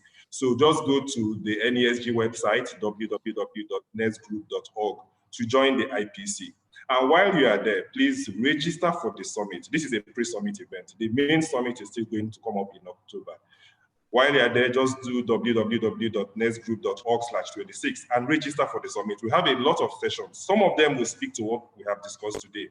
For instance, we have a CEO roundtable on fragility to agility, and we have the CEO of IBOM Air on that panel to discuss also the aviation industry and how this pandemic has affected it and how we are going to move forward. We have other sessions like counting the cost, the economic impact of COVID.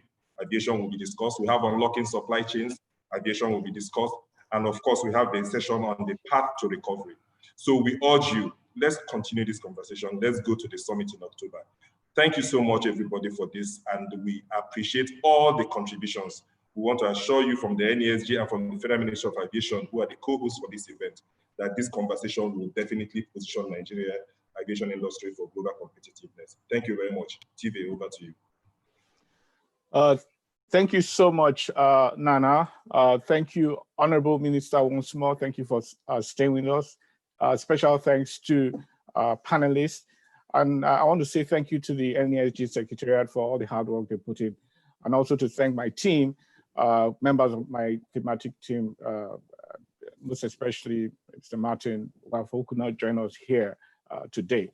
But like Nana has said, we will continue to engage the ministry, will continue to engage all stakeholders, and please look out for further engagements from us moving forward. We look forward to seeing you again, and thank you so much. God bless Nigeria. Goodbye.